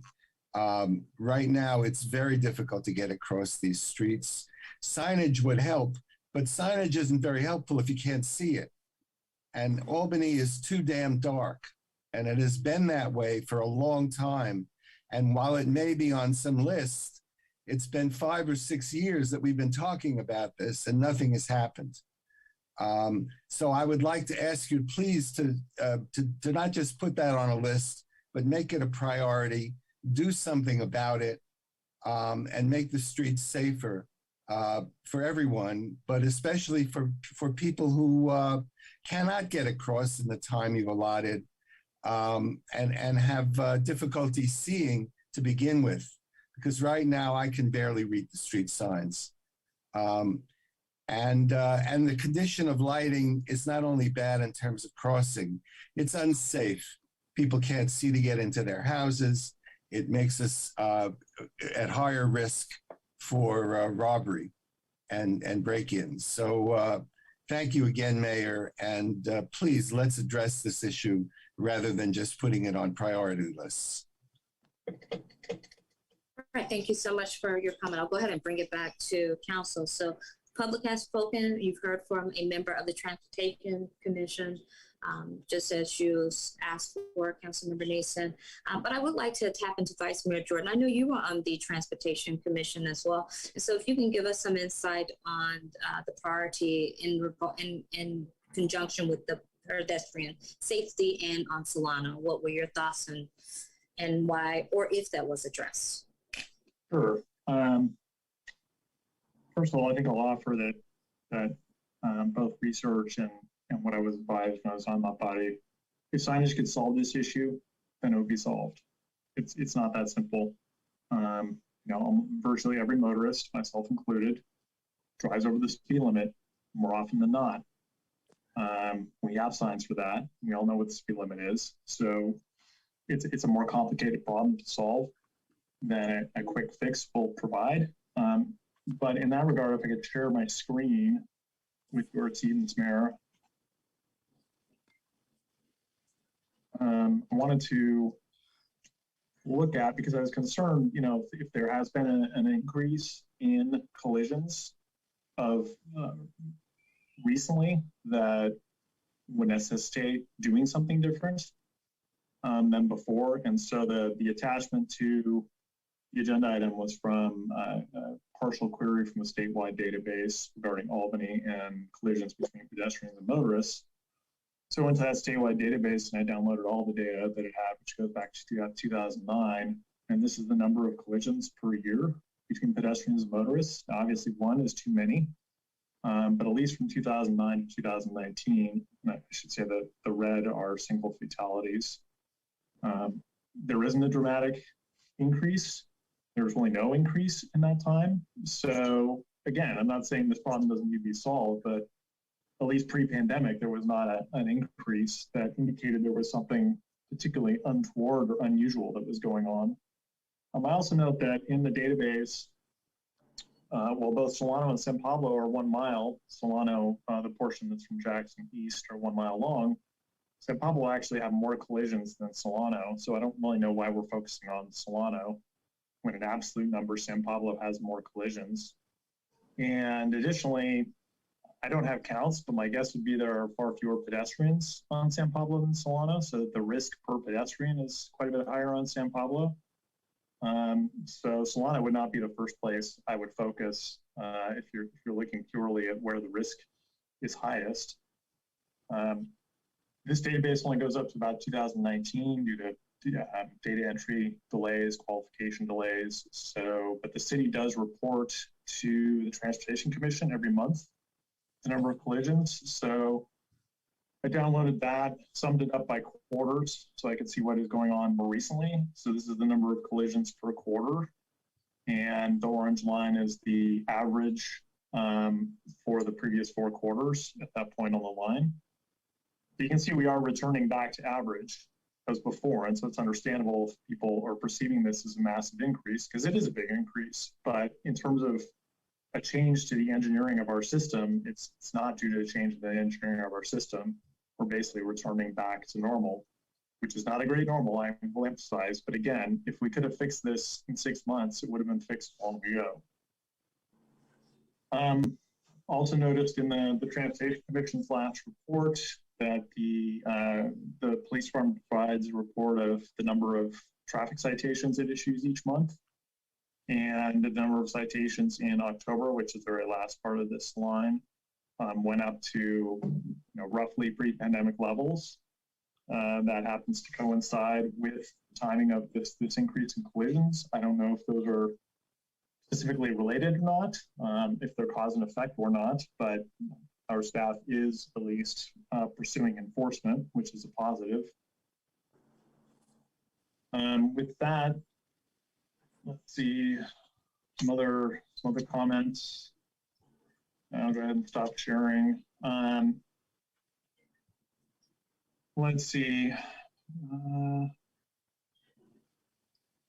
So I know Albany has not paid any claims due to collisions in years. Again, that was just one metric that was put forward in the report.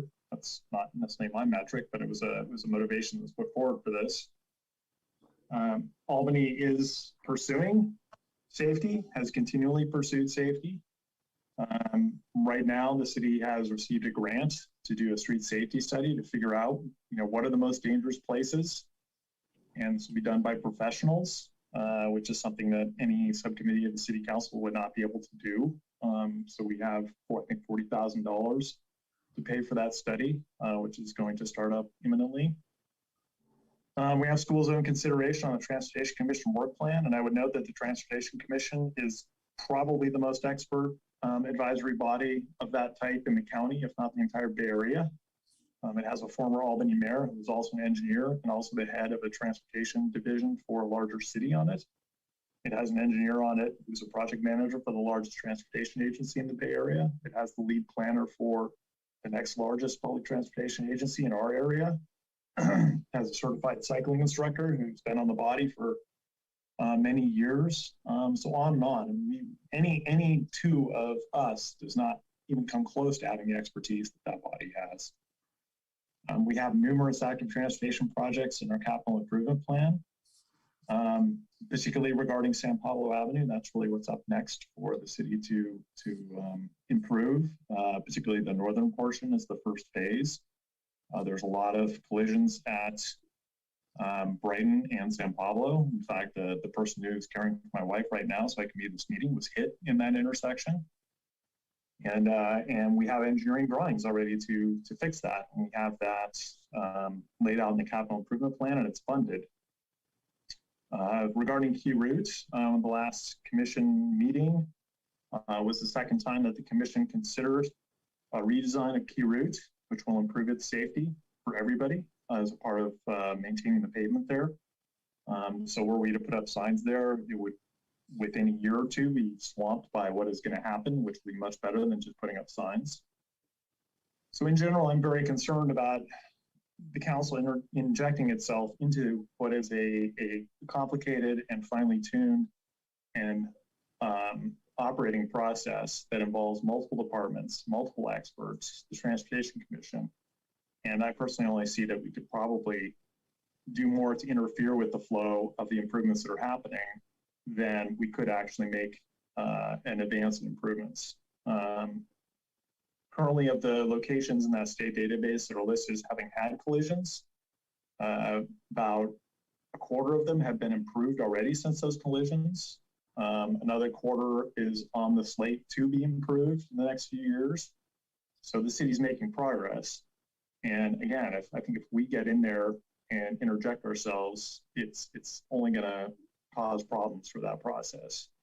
I do have things I think would be useful to do, but I've spoken long enough, and I'm curious to hear what other members have to say. All right, Councilmember Tiedemann. Yeah, I'll try not to speak too much because I think Preston, Vice Mayor Jordan summarized a lot of the points that I wanted to make very well. Firstly, in that, thank you for showing the data analysis. That's kind of what I wanted to see of, are we seeing a real uptick? And I hadn't seen that before. Just to reiterate a couple things that I think became sort of clear, especially during our public comment. We've got a really very well qualified Transportation Commission who are doing this work. While we were all talking about this, I looked at their plan, And I saw a lot of the things that we're talking about on there. Improving our lighting is on there, evaluating collisions is on there, updating our active transportation to make it safer, addressing signage. These are all on there. I think if we are seeing this as not being prioritized or enough movement, then council definitely has a role to speed it along or move it up or add something more specific to their work plan, which, is not a static document. We can and should address those if we feel that there's something being unaddressed. But I think, like Vice Mayor Jordan said, it seems like inserting a task force into this would essentially mostly end up taking more staff time that could go towards, implementing things that the Transportation Commission has really seems like effectively worked on. As well, if we want small term things to be done, like just put up more signs, that seems like something we can do, without establishing a separate body to do it. We can pass something to do that and give direction to staff to make it happen. But it also became clear from all of our public comment in our discussion that once you start talking about one of these things, you start talking about so much else. You can't just talk about signage because it's much more complicated than that. And I think it snowballs so quickly that it's obvious that there's not really a middle road. There's some things we can do quickly. And if we want to reprioritize those or get them done, then we should do them. And there's a lot of things that need a lot of thought, a lot of expertise, and a lot of time to figure out in the long term, because they involve stuff like, changing how big the roadway is, or, changing lighting, which is a huge project over the city. So I think that's the Transportation Commission is probably the right way to do those. And if we want to, address some more imminent things, then I think we can do that pretty much from the dais as we want to with resolutions and with direction. Councilmember Nason. Thank you, Councilmember Tiedemann. Thank you. There's a couple of things that I wanted to suggest where I think that the council could appropriately help put more support into the work of the Transportation Commission and address some of these concerns that the mayor has spotlighted and that I think are shared by all of us. And one of those would be to get, and this would be for the future, but to get some indication of what, if anything, could we do as a council to provide additional support for public works. And, there is money hopefully coming down the pike for infrastructure and so forth. Perhaps there is funding coming towards us that could be used to build up the capacity of our public works department to move these projects through the pipeline. I think a consistent theme here tonight has been the frustration that things get onto the CIP, but they lag. That's one thing. The other thing is if there is an appetite for a subcommittee to go out and talk with partners in the community. As we were talking about signs, I flashed on standing on Jackson Street at the stop sign adjacent to the that is just south of Ocean View School, and watching the traffic. I was part of a conversation and I started counting the cars. Only about 1 car in 3 came to a full stop at that stop sign.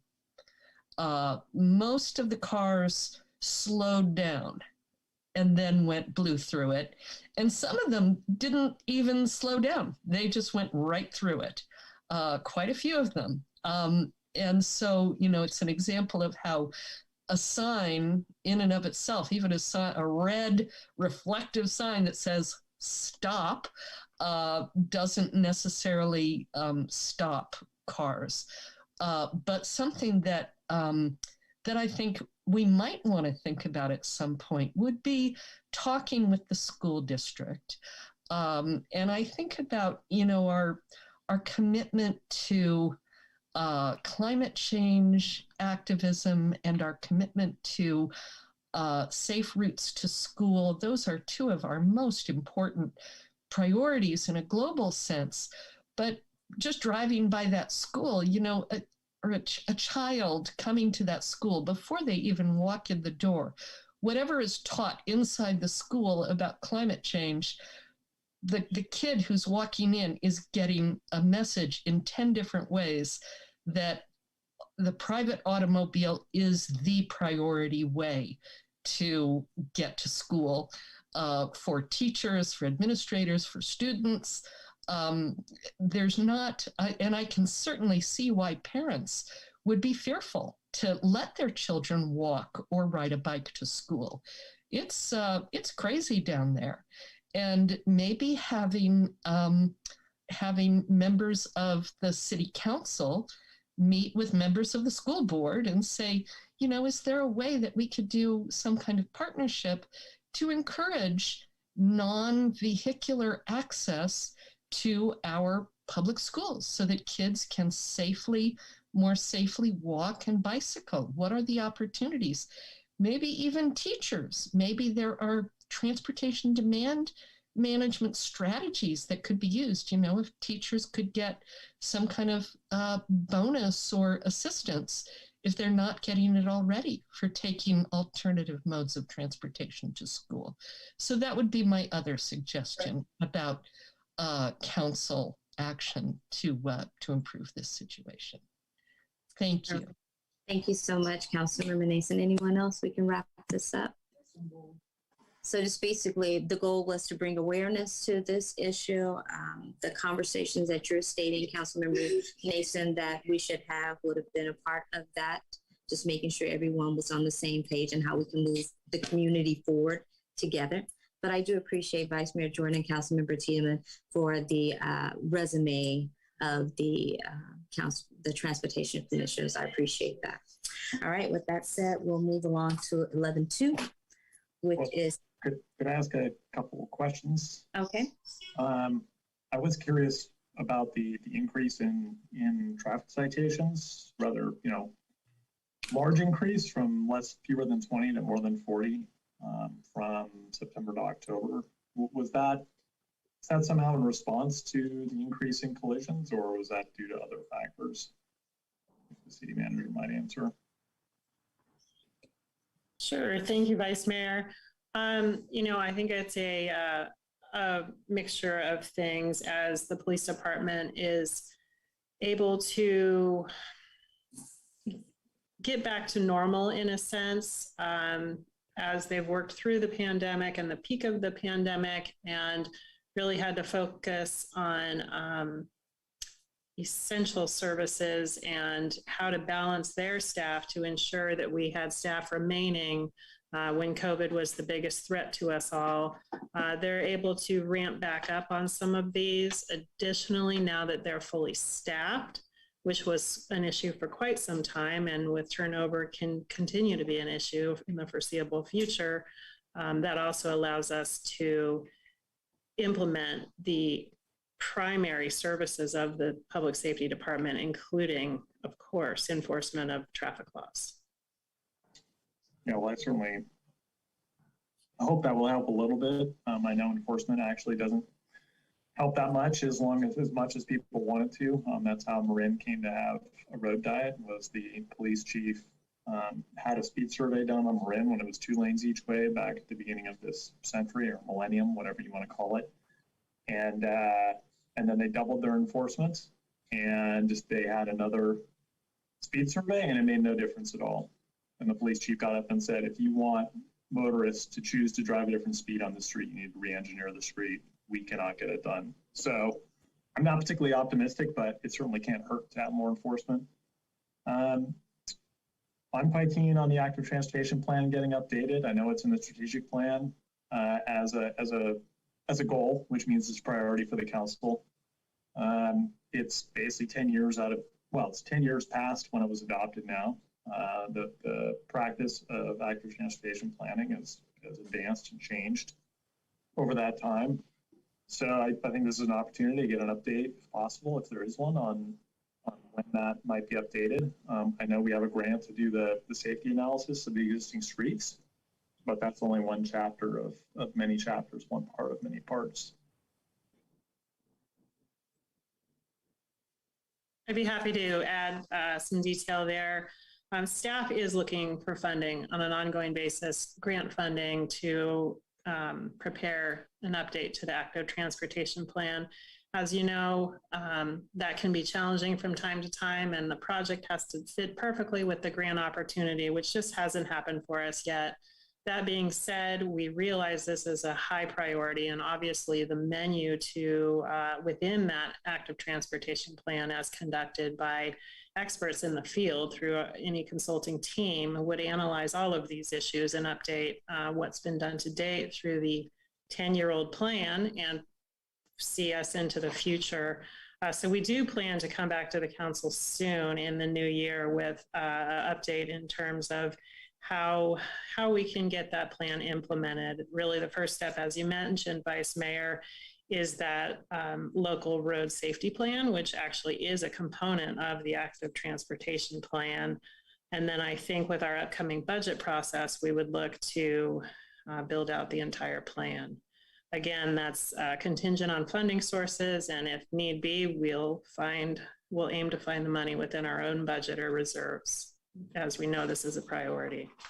Yeah, I think we might be at that point, because I believe my recollection serves the city has applied twice for grants to fund it over the last 4 years, and it hasn't happened. And at some point, we're just gonna have to do it, because I think part of the reason that we have this agenda item is because we have a plan that's so far out of date, and so people have been wondering, what is going on, what's next. So anyway, you know where I stand on that, and bringing in the professionals to actually figure out in a methodical way what should be our priorities for correction and what's the way to correct them. The other question I have, and this is really a suggestion for the council, that I think it would be quite useful to have a motorist speed survey at 2 locations on Solano, one between Masonic and San Pablo, and another east of Masonic, because there's a lot of statements about what motorists are doing in terms of speed on Solano, but we don't actually have data in the current environment. And from my time on the Transportation Commission, people's perception of speed typically doesn't match the actual data regarding speed. People tend to think motorists are traveling much faster than they are, which isn't to say that motorists aren't speeding. Speaking at least for myself, I know I go over the speed limit more often than not, and I know I shouldn't do that, but I met a guy from New Zealand who was like, why do all Americans speed on the freeway? It was quite an interesting conversation. But I think it would behoove the city to collect that data now, so we actually have data, so we know what's going on objectively, and that would be data that could be transmitted to the Transportation Commission to consider. I don't know if there's support for that.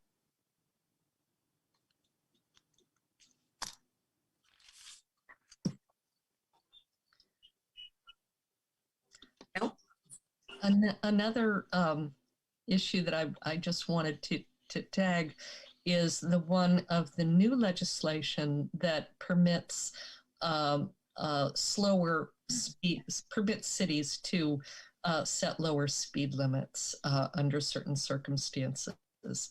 And I don't think that had been passed and signed at the time we approved the Transportation Commission's work plan. So it might be something that they would want to take up, and I would encourage them to potentially come back to us with a plan for any slowing down that we can achieve. The other, and I think it's outside of our agenda item to really get into the active transportation plan, but just a sort of general philosophical point, I feel that we do an awful lot of planning compared to how much implementing we do. And if we have flexible funding of our own that we can spend in different ways, I would lean towards using it to help Public Works get projects on the ground, perhaps ahead of additional planning, unless the planning is really going to help us get teed up to get grant funding for more implementation than we otherwise would. And I was going to mention as the ACT rep that as we discussed, Vice Mayor Jordan and I previously, from ACTC's perception is that our ATP is up to date because it was amended. So it's not on the list of ATPs that ACTC wants to see updated. And that could be affecting our grant applications. I don't know, but just thought I'd mention that. Thank you. Thank you. Councilmember McQuaid. Yeah, thank you. It's, excuse me, it seems like I read somewhere, and I'm trying to find it now, of course.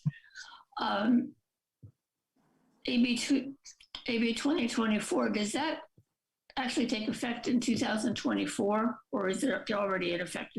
Do we know that? Because it appeared as if from the,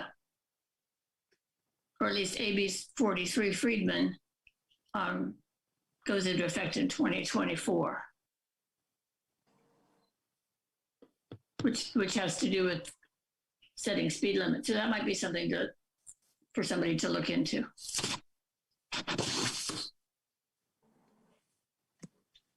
Yeah, I can offer. When we have the lowering speed limits for school zones following that law on the Transportation Commission's plan, I think that is going to help serve to understand these issues of lowering speed limits without specifically directing a forward look with this wider law that potentially could cover far more streets. But again, as Councilmember Nason has relayed, you know, red stop sign, law is clear, motorists don't stop. I mean, putting a sign up with a lower speed limit is not going to affect much change. That's why when I was on the Transportation Commission and then transitioned to council, I pursued changing our traffic calming process so that it targets streets that have the most motorists who are going over the speed limit by absolute number, because the only way to get them to slow down is to put in a speed hump to get them to slow down to the speed limit. So maybe that if we want to go to 20 miles per hour, then we will need to put in traffic calming devices, but just changing the speed limit itself is going to be of little effect. I know that's not the answer people want, so there could be a tendency to shoot the messenger, but that's the reality when you're out on the street. Anyone else? All right, thank you for your time. We'll go ahead and move on to item number 11.2, the City Org Reorganization. Open it up to council. Ann, I can't hear you. Are you talking? Good evening. Thank Good you. evening, Council. This is the annual reorganization of the City Council, where a mayor and a vice mayor is selected for the next year. The City Council procedures and policy includes a City Council reorganization rotation policy. So for next year, Vice Mayor Jordan is the council member established in the queue to be selected as the next mayor, and Council Member Tiedemann as the next vice mayor. If both accepts, the reorganization process would be complete. Thank you. All right, thank you, Ann. We'll open it up. Vice Mayor?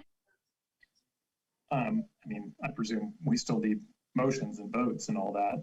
But I mean, are you okay? I'm just asking. Yes, yeah, I mean, yes, I accept. I haven't been nominated, so I don't know if we need a formal nomination. That's the no. That said, okay. That if you guys accept, it's going to move forward. So I'm asking you, do you accept? I mean, do you want to do a vote for everyone and then do another vote, or we can do it? Do I have a motion for Vice Mayor Jordan and Councilmember Tiedemann? Vice Mayor Jordan to be mayor, Councilman Tiedemann vice mayor. Councilmember. Could we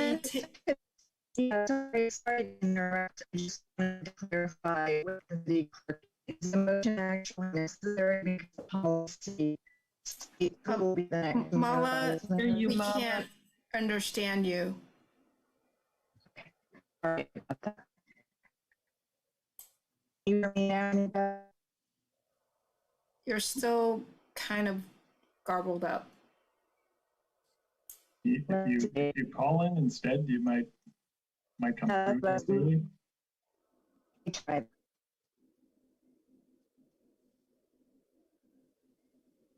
I apologize for my confusion on the process. I've always just seen, and I don't understand, maybe it's a formality now, but that there needs to be, you know, a nomination and a motion. I mean, we have a policy, but having a policy alone, to my knowledge, doesn't make an action a foregone conclusion.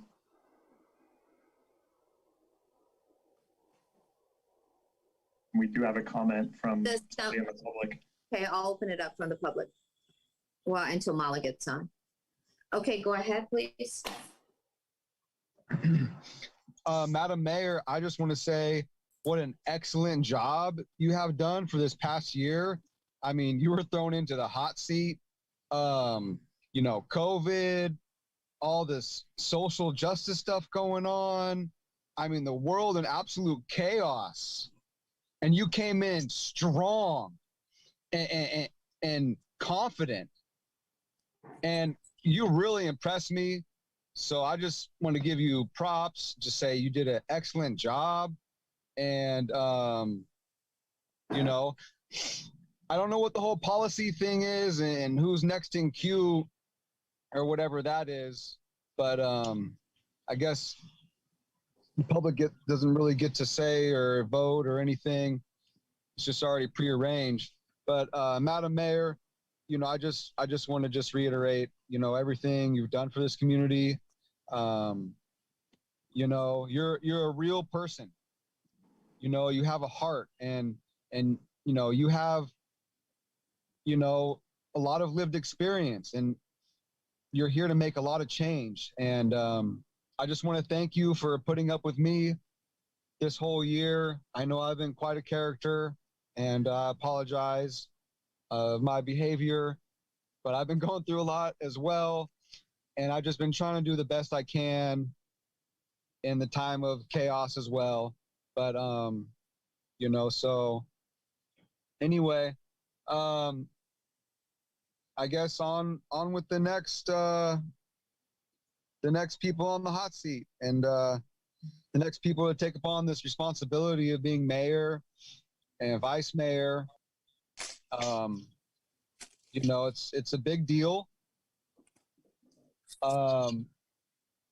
You know, I'm not sure all the technicalities, you know, of certain things the mayor can do that the vice mayor can't do or whatnot. But I believe, Madam Mayor, you represented our city, our town very well. I'm sure you've met a lot of people in your experience. I'm sure you met, you know, other mayors and possibly governors and presidents and international delegates and embassies and, you know, who knows, reps from CalOSHA. I mean, you've just been through it. So I just want to, and it's volunteer. Well, I mean, I know council, you get paid like maybe $300, but you guys aren't doing it for the money.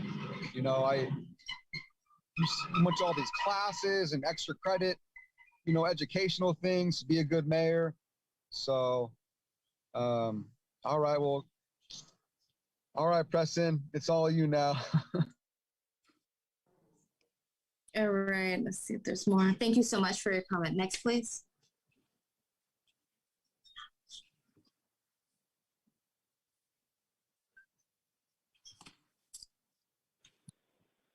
Hello, Mayor, Vice Mayor, Council members, Nick Coach again, Albany resident.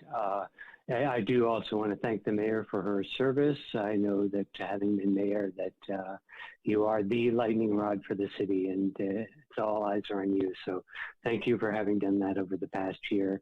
And once again, not an easy year. Who thought that we would still be on Zoom at the end of this year? So just speaking to the policy, my intention having coming up with the policy and you having voted for the policy is that you state is that the people in line, as the mayor stated, which would be Councilmember Jordan and Councilmember Tiedemann, accept whether you accept your places in line. If you do, then I don't think it was stated in the policy whether you need a vote or not. You might want to take a vote just to be safe, but I don't think there's any more process other than council discussion if necessary, if desired. I don't think there's any more process than that. So that's my 2 cents. And thank you also, Mayor, for putting up with me kibitzing all through this year as well.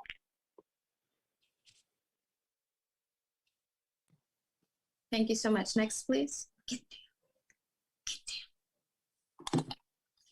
Take yourself. Awesome. I get 2 in one night. Madam Mayor, thank you so much for representing us. We are grateful for your service, and you've always stood up and you voice the same things that are going through our mind. It's just, it's amazing. Thank you for having gas. And I won't come here tonight to tell anybody what gas really means, but you can just take the individual letters and figure it out. You have gas, madam. And thank you so much for being, our mayor and continuing to serve on the board. I respect you. Thank you. Thank you so much. I believe that's, I think Mala's calling in. If you wanna go ahead, Mala. Mala, if you go ahead and hit *6 to unmute yourself. There you go. Okay, I think I just unmuted. Can you all hear me? Mm-hmm. Oh, great. Yeah. I was just trying to say earlier that I think since we have an adopted policy that lists who the succession of the mayor and the vice mayor will be, presuming that, as you had already asked, that they're willing to accept, I'm not sure any motions are needed. Thank you, Mala, for clarification. Is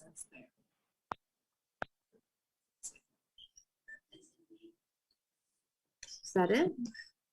I think Councilmember Tiedemann, your hand up. Yeah, I accept my place in the queue. But before we moved on automatically, I wanted to get a chance to say my appreciation to the mayor for serving this year. I was preempted by our public comment, as well as our public comment last week, who listed all your actions and accomplishments. But I just wanted to say that much appreciated, seeing as we all, 3 of us started this gig a year ago, and you jumped in feet first doing the mayorship, which is especially impressive, especially considering that you have an ill-behaved cat harassing you during these meetings. So much appreciated you bearing with. Thank you so much, Councilmember Tiedemann. She is a pain, but I love her. Anyway, before I turn it over to Vice Mayor or Mayor Jordan, I would like to thank the community. I want to thank the council and staff for the hard work that we did this year. It wasn't just me, it was all of us taking a collaborative effort to move the city forward. I thank God for putting me in this position. And as we continue to move forward, just know that I look forward to working to the mayor and vice mayor. And there you go. Go ahead, Mayor Jordan. Thank you very much. And that feels more appropriate than just diving right in to have some accolades expressed for former Mayor Gary. It felt too abrupt to me for all the good work that you've done for the city. So thank you very much. And I hope to be able to do the same. And I guess with that, I'm actually supposed to lead the next item. Is that how this goes? Okay.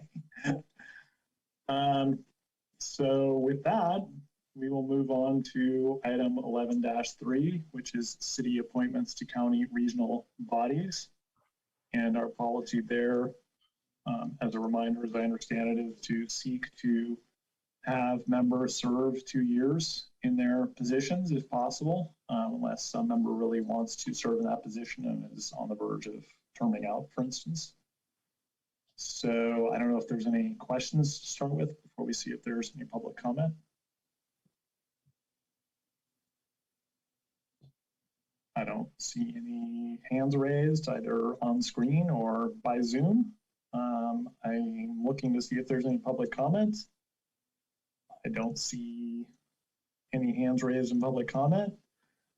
Going once, going twice. Okay. Public comment is closed. Bring it back to the council. Is there any suggestions or desires to make any changes into the appointments as they currently exist?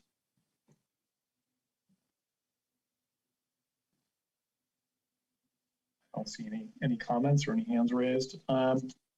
One change that occurred to me for discussion was to, in part for balance sake, was to move now Councilmember Gary into the Association of Bay Area Governments position. And I saw a note that Councilmember McQuaid's term on the County Housing Authority ends in 2022, which I don't know if that means calendar year, I presume, because we're already into the fiscal year 2022. So I presume that's a calendar year appointment. And so we'd rather need to take affirmative action to maintain Councilmember McQuaid there, or an option is to appoint Councilmember Tiedemann to the County Housing Authority. I don't know how long. Mayor, may I interrupt you? Please. You can't. My term does go through 2022, and it's approved by the Board of Supervisors. So unless I were to resign, which I don't want to do, I will finish the calendar year of 2022. Very good. And I certainly would not be suggesting that you resign. It was just not clear when it said expires 2022. Right. No, I didn't think that's what you were saying. I just wanted to clarify before we had a long discussion on a moot point. Very good. All right. Well, then that's out. And so my other suggestion was to move Councilmember Gary into the Association of Bay Area Governments position, which, as I understand it, and now Vice Mayor Tiedemann can correct me if I'm wrong. It's basically one meeting a year. Is that right? Yeah, it is one meeting a year as part of the General Assembly. Other executive committees are appointed by the president of ABAG, which is the mayor of Berkeley. So I've been working on him to appoint me into some of those in his next round. So hopefully do more there. But if we want to discuss having Councilmember Gary move into that, then we certainly can. Yeah, that's fine. I have no problem with stepping on that board. It's fine. So you would be interested in serving in that? Yeah. So, but I'm sensitive to what the information I just learned, if this could short circuit work that now Vice Mayor Tiedemann's been doing to get appointed to one of the executive bodies. That said, I would think that Councilmember Gary, with an appropriate introduction, would be able to step into that ostensibly with different interests. I don't know which executive body appointments you were seeking based on your interest or otherwise, Vice Mayor Tiedemann. I can't remember the exact name of them. The one I was seeking was the one that deals with doing the RENA numbers and dealing with housing related issues. Yeah, I can't remember the exact name of various committees. Sure, I don't expect that. But the RENA numbers, aren't they? It's interesting to me because I thought they were pretty much settled except for those cities that are protesting, and maybe that's part of what this body is looking at. Yes, so they come up regularly as well. The ABAG does a variety of other housing related action, and the RENA numbers get approved and the appeals go to specific things or specific bodies within ABAG. Yeah, I'm not off the top of my head remembering the exact procedure. Is tricky at the moment. Sure, yeah, I'm catching you on the spot. I appreciate that. Well, I don't have a strong opinion either way. I just thought the Councilmember Gary would serve us well in that capacity. I don't know if she would be interested in serving on that specific body, but with an introduction to Mayor Dean, I imagine there are bodies that she would be interested in serving on, so that it was more than just a one meeting a year place to express Albany's perspective on issues.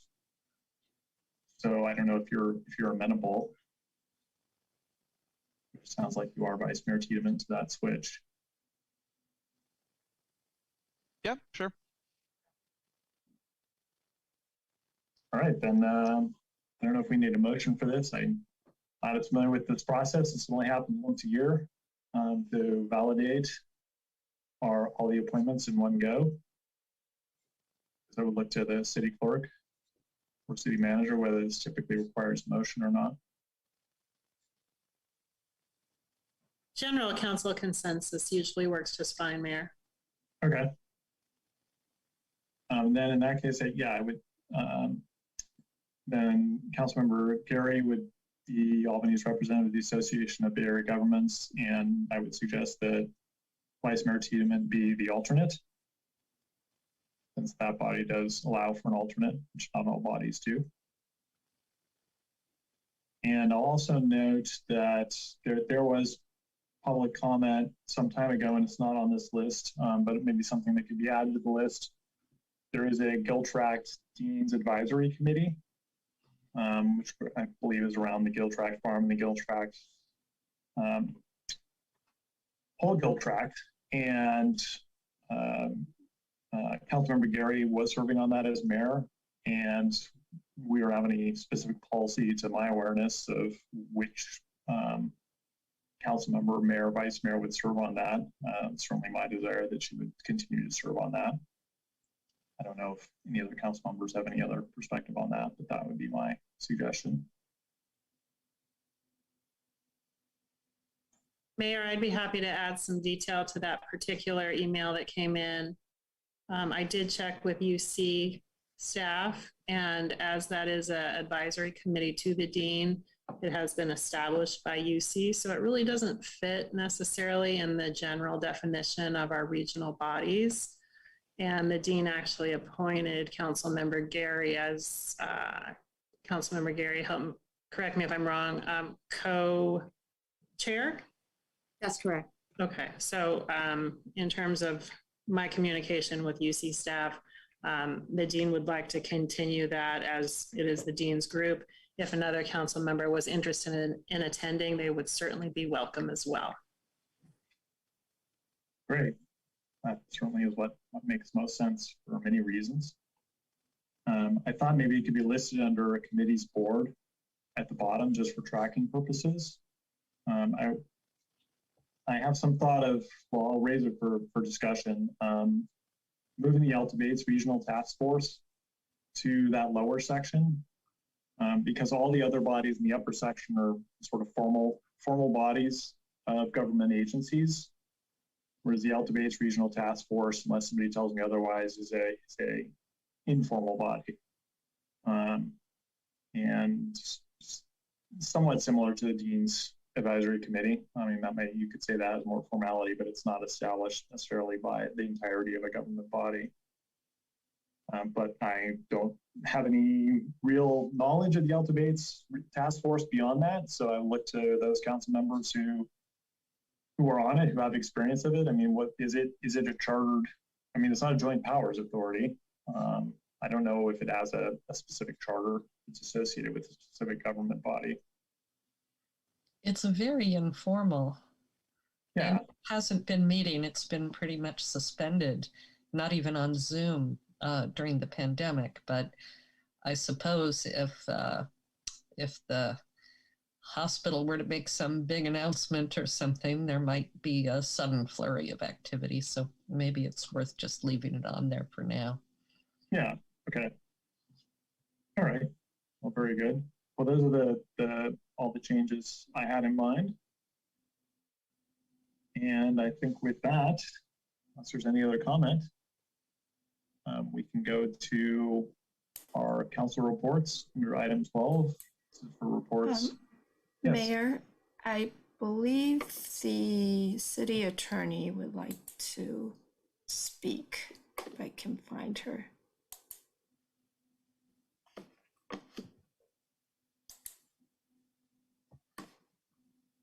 Mala, if you *6.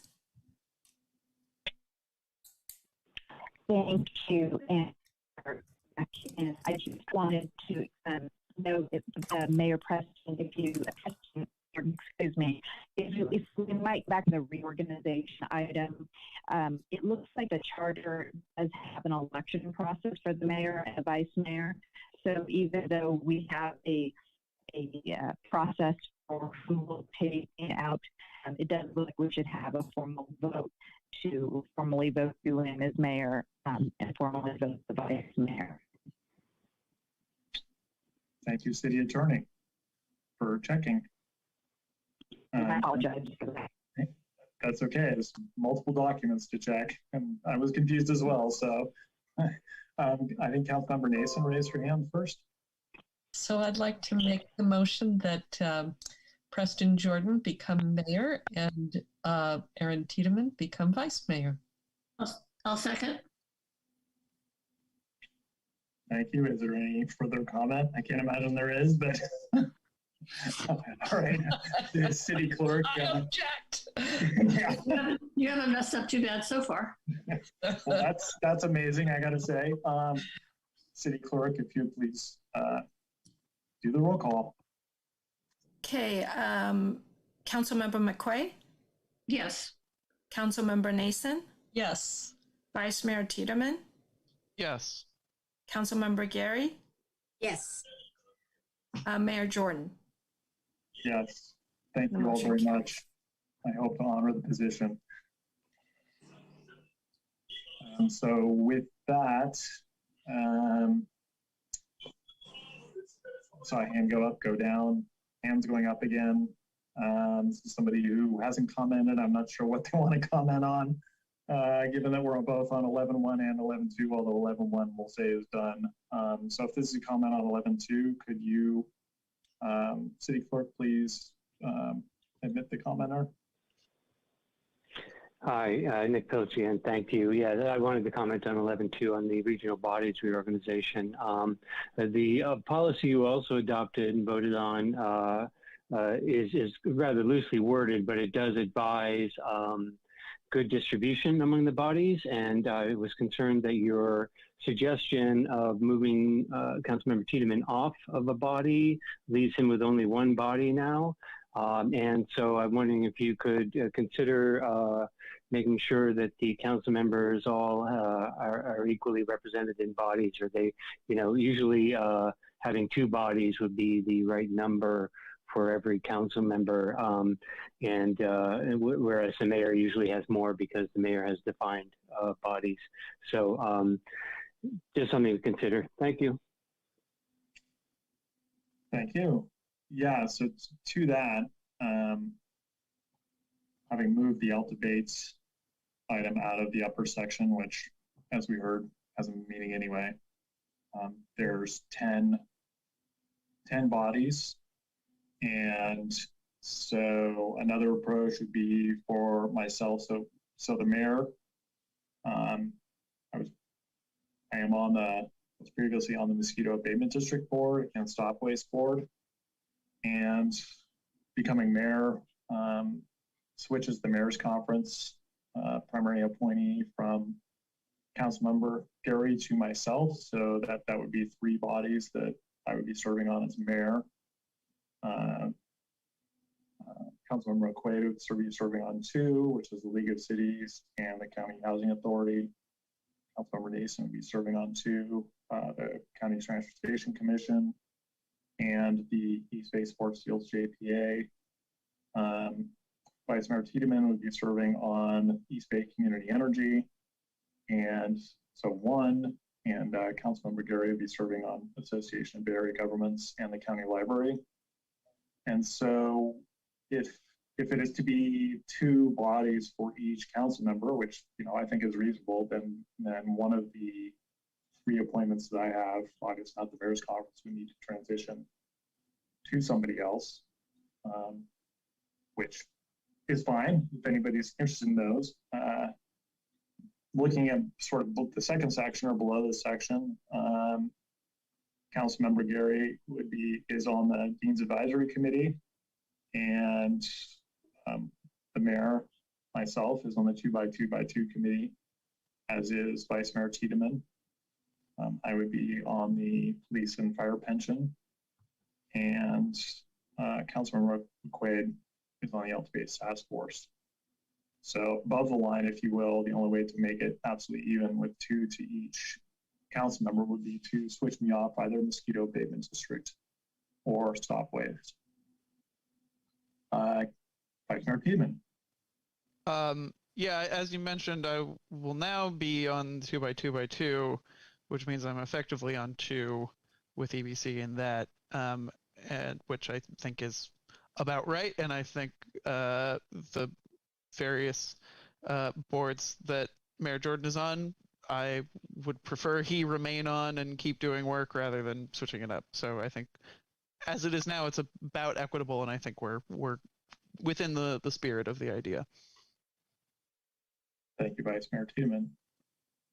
Yeah, I as much as I love the mosquito abatement district, I didn't think anybody would be necessarily angling to serve on that body. So I'm happy to be able to remain there. And I'm on stopways. I'm actually the second vice president of the Energy Council, which puts me in position to be president of all things in another year's time. Yes, Councilmember McQuaid. You're on mute, Councilmember McQuaid. I think that the mayor's conference and the mosquito people meet at the same time, which might make it more difficult for you. That could be problematic. Yes, thanks for pointing that out. In that case, then the mosquito abatement district will need to go to somebody else. I didn't think to check that. Maybe I can bring that back at our next meeting. Look into that so that we don't spend time doing that now. Mosquito abatement district actually does not require an elected official. We can appoint somebody else. Should we be able to find somebody else, and should we choose to? I have found there is some advantage in having an elected official in that position, as there are relatively few elected officials on that body. But that's a discussion that we could have in the beginning of January. Yes, Councilmember McQuaid. I think it's Nathan. Yes, I apologize, Councilmember Mason. Okay, no problem. I was going to say I would not mind doing the mosquito thing if neither Councilmember Gary nor Vice Mayor Tiedemann is interested. I'm happy to do it. Yeah, and I think it would actually be a good fit with your waterfront part of your portfolio.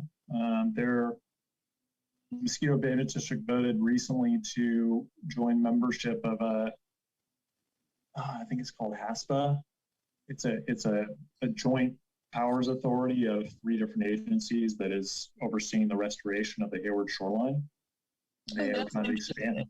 Yeah. So I thought that was pretty interesting. And while we don't have necessarily those same issues exactly in Albany, I thought it'd be useful for the agency to be a member of that body, because I'm sure there's things we could learn.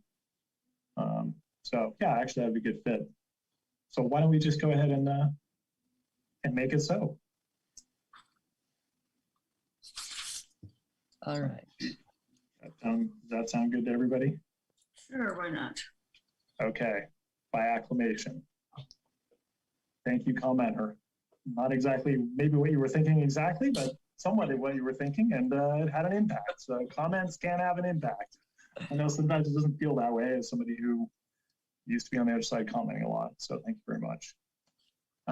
With that, moving forward to item 12, which is reports from council members regarding the bodies that they serve on. I'll ask for volunteers, and if I don't get any, I will start calling on people. Vice Mayor Tiedemann. Yes, mine is brief.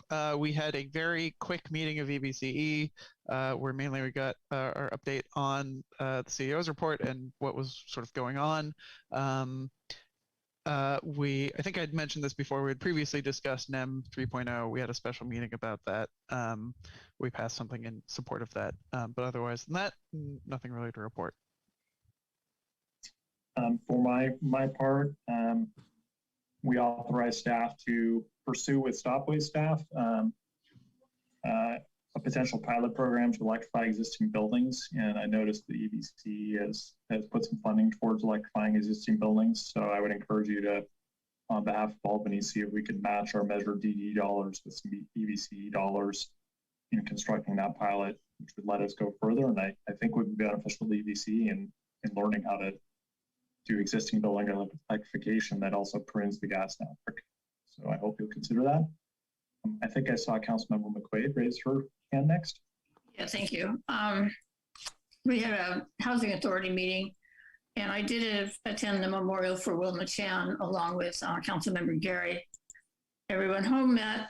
I attended the Solano Avenue Association Winter Stroll, and also there's a new art show at the Community Center Gallery, which is it's very interesting. And so if people haven't seen it, it'll be there for a few more months. Do try to go by and see it.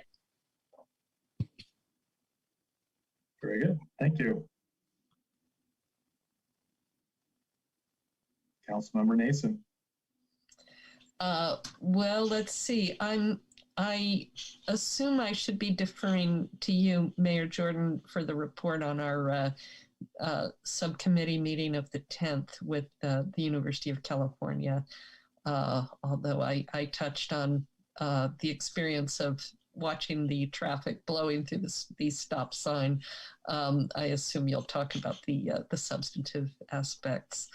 The only other activity, I mean, I checked in at the stroll and, did a few things, but the only other substantive thing was there was an ACTC special meeting, but there was nothing that was particularly relevant to Albany. Thank you, Councilmember Nason. Councilmember Gary. Thank you, Mayor Jordan. The only conference I came in was the Alameda County Mayor's Conference, so that was my last one, but there's nothing to report. Thank you. Thank you. So I'll go ahead and go to what Councilmember Nason referred to. She and I and several staff, thanks to staff, city manager, fire chief, community development director, transportation planner, met with the vice chancellor for capital projects, if I understand correctly, and the vice chancellor for student services of UC Berkeley. And we met in the village and did a walking tour of Jackson and discussed various issues. Among the issues we discussed was the potential for UC Berkeley support of fire and emergency services to Albany, financial support. We discussed the possibility of building a bike path along the frontage of Jackson where the building is. And happy to report there seems to be agreement to make more space available to put in that facility. Design's not done by any means. We're still in conversation. I should also mention that staff from the Alameda County Transportation Commission were there. The executive director and, as I understand it, the lead planner for the San Pablo Avenue corridor project, which was pertinent because the section of Jackson is part of the corridor project. It's an opportunity to potentially have some funding come from the county to build that facility. We also discussed extending the path along Village Creek, the rest of the way along Village Creek, so that it intersects Jackson Street, which would serve both students who are going to Ocean View School and live east of San Pablo, south of Marin, as well as students who'd be living in the new residences who were going to UC Berkeley. And we discussed potential for a northbound drop-off zone just south of the stop sign at Ocean View School. And we discussed improving the hydrology of the site through various means that could be incorporated into the construction. And with that, Councilmember Nason, if I missed anything, please chime in. Okay, all right. On the Stopways board, it received, the board voted to receive a grant from the federal government under the American Rescue Plan, specifically a Build Back Better regional program for $500,000. Stopways will be leading this grant effort. It's a team effort. It was one of 60 applications out of over 500 that won. This program is specifically for funding regional economic development in a specific sector. The sector that this grant is focused on is construction, increasing construction productivity by modular construction off-site, which you see in a few buildings in the area now. And then also reusing various waste streams and converting them into construction products. And that grant is also in part to pay for developing a much larger grant application that's due in March for $10 to $20 million. So it's quite an opportunity. There'll be 3 or 4 of those that are let, and so we have high hopes for that. The other action by the board was adjusting the county's integrated waste management plan to allow for the construction by California Waste Solutions of a much larger recycling facility that's on the west side of I-80, south of where the Bay Bridge is. Oakland's Oakland calls this Northgate Industrial Area. This will move those recycling facilities from the east side of I-80, where they're close to residences, away from those residences to the west side, and almost increase the capacity by almost a factor of 10. And that facility will be looking to contract for more streams that it can handle, including coming in by rail, because it's on a rail spur. So that should be a big improvement for us. And with that, that's my reports. There aren't too many attendees left, but reminding P's and Q's of the policy we've adopted. If you have a comment you would like to make, we offer 1 minute to comment on reports or ask questions. I don't see any hands raised. Not too surprising at this hour, given the subject matter. Thank you very much. And let's see, what happens now? Future agenda items. Guess I'll adopt Councilmember Gary is saying and go around the room. Does anybody have future agenda items that they're interested in having? I see Councilmember Nason is unmuted. Yeah, I'm just thinking, you know, we've had this extensive discussion of traffic safety. Maybe there should be something in the future to coming out of that discussion, and I would suggest that the staff for the Transportation Commission review it and let us know if there are items that we should consider taking up in the future. Thank you for the suggestion. To Councilmember Carey, do you have any future agenda items? Not at this time, but I would like to hear how the negotiations are going on with Juneteenth. I know they're ongoing, so that would be great to hear what that looks like. Thank you. Okay, I will follow up with you on that. Vice Mayor Tiedemann. Councilmember McQuaid. No. Nothing right now. And I do see that we have a comment. City Clerk, if you could let the commenter in for 1 minute, which I see you already have queued up.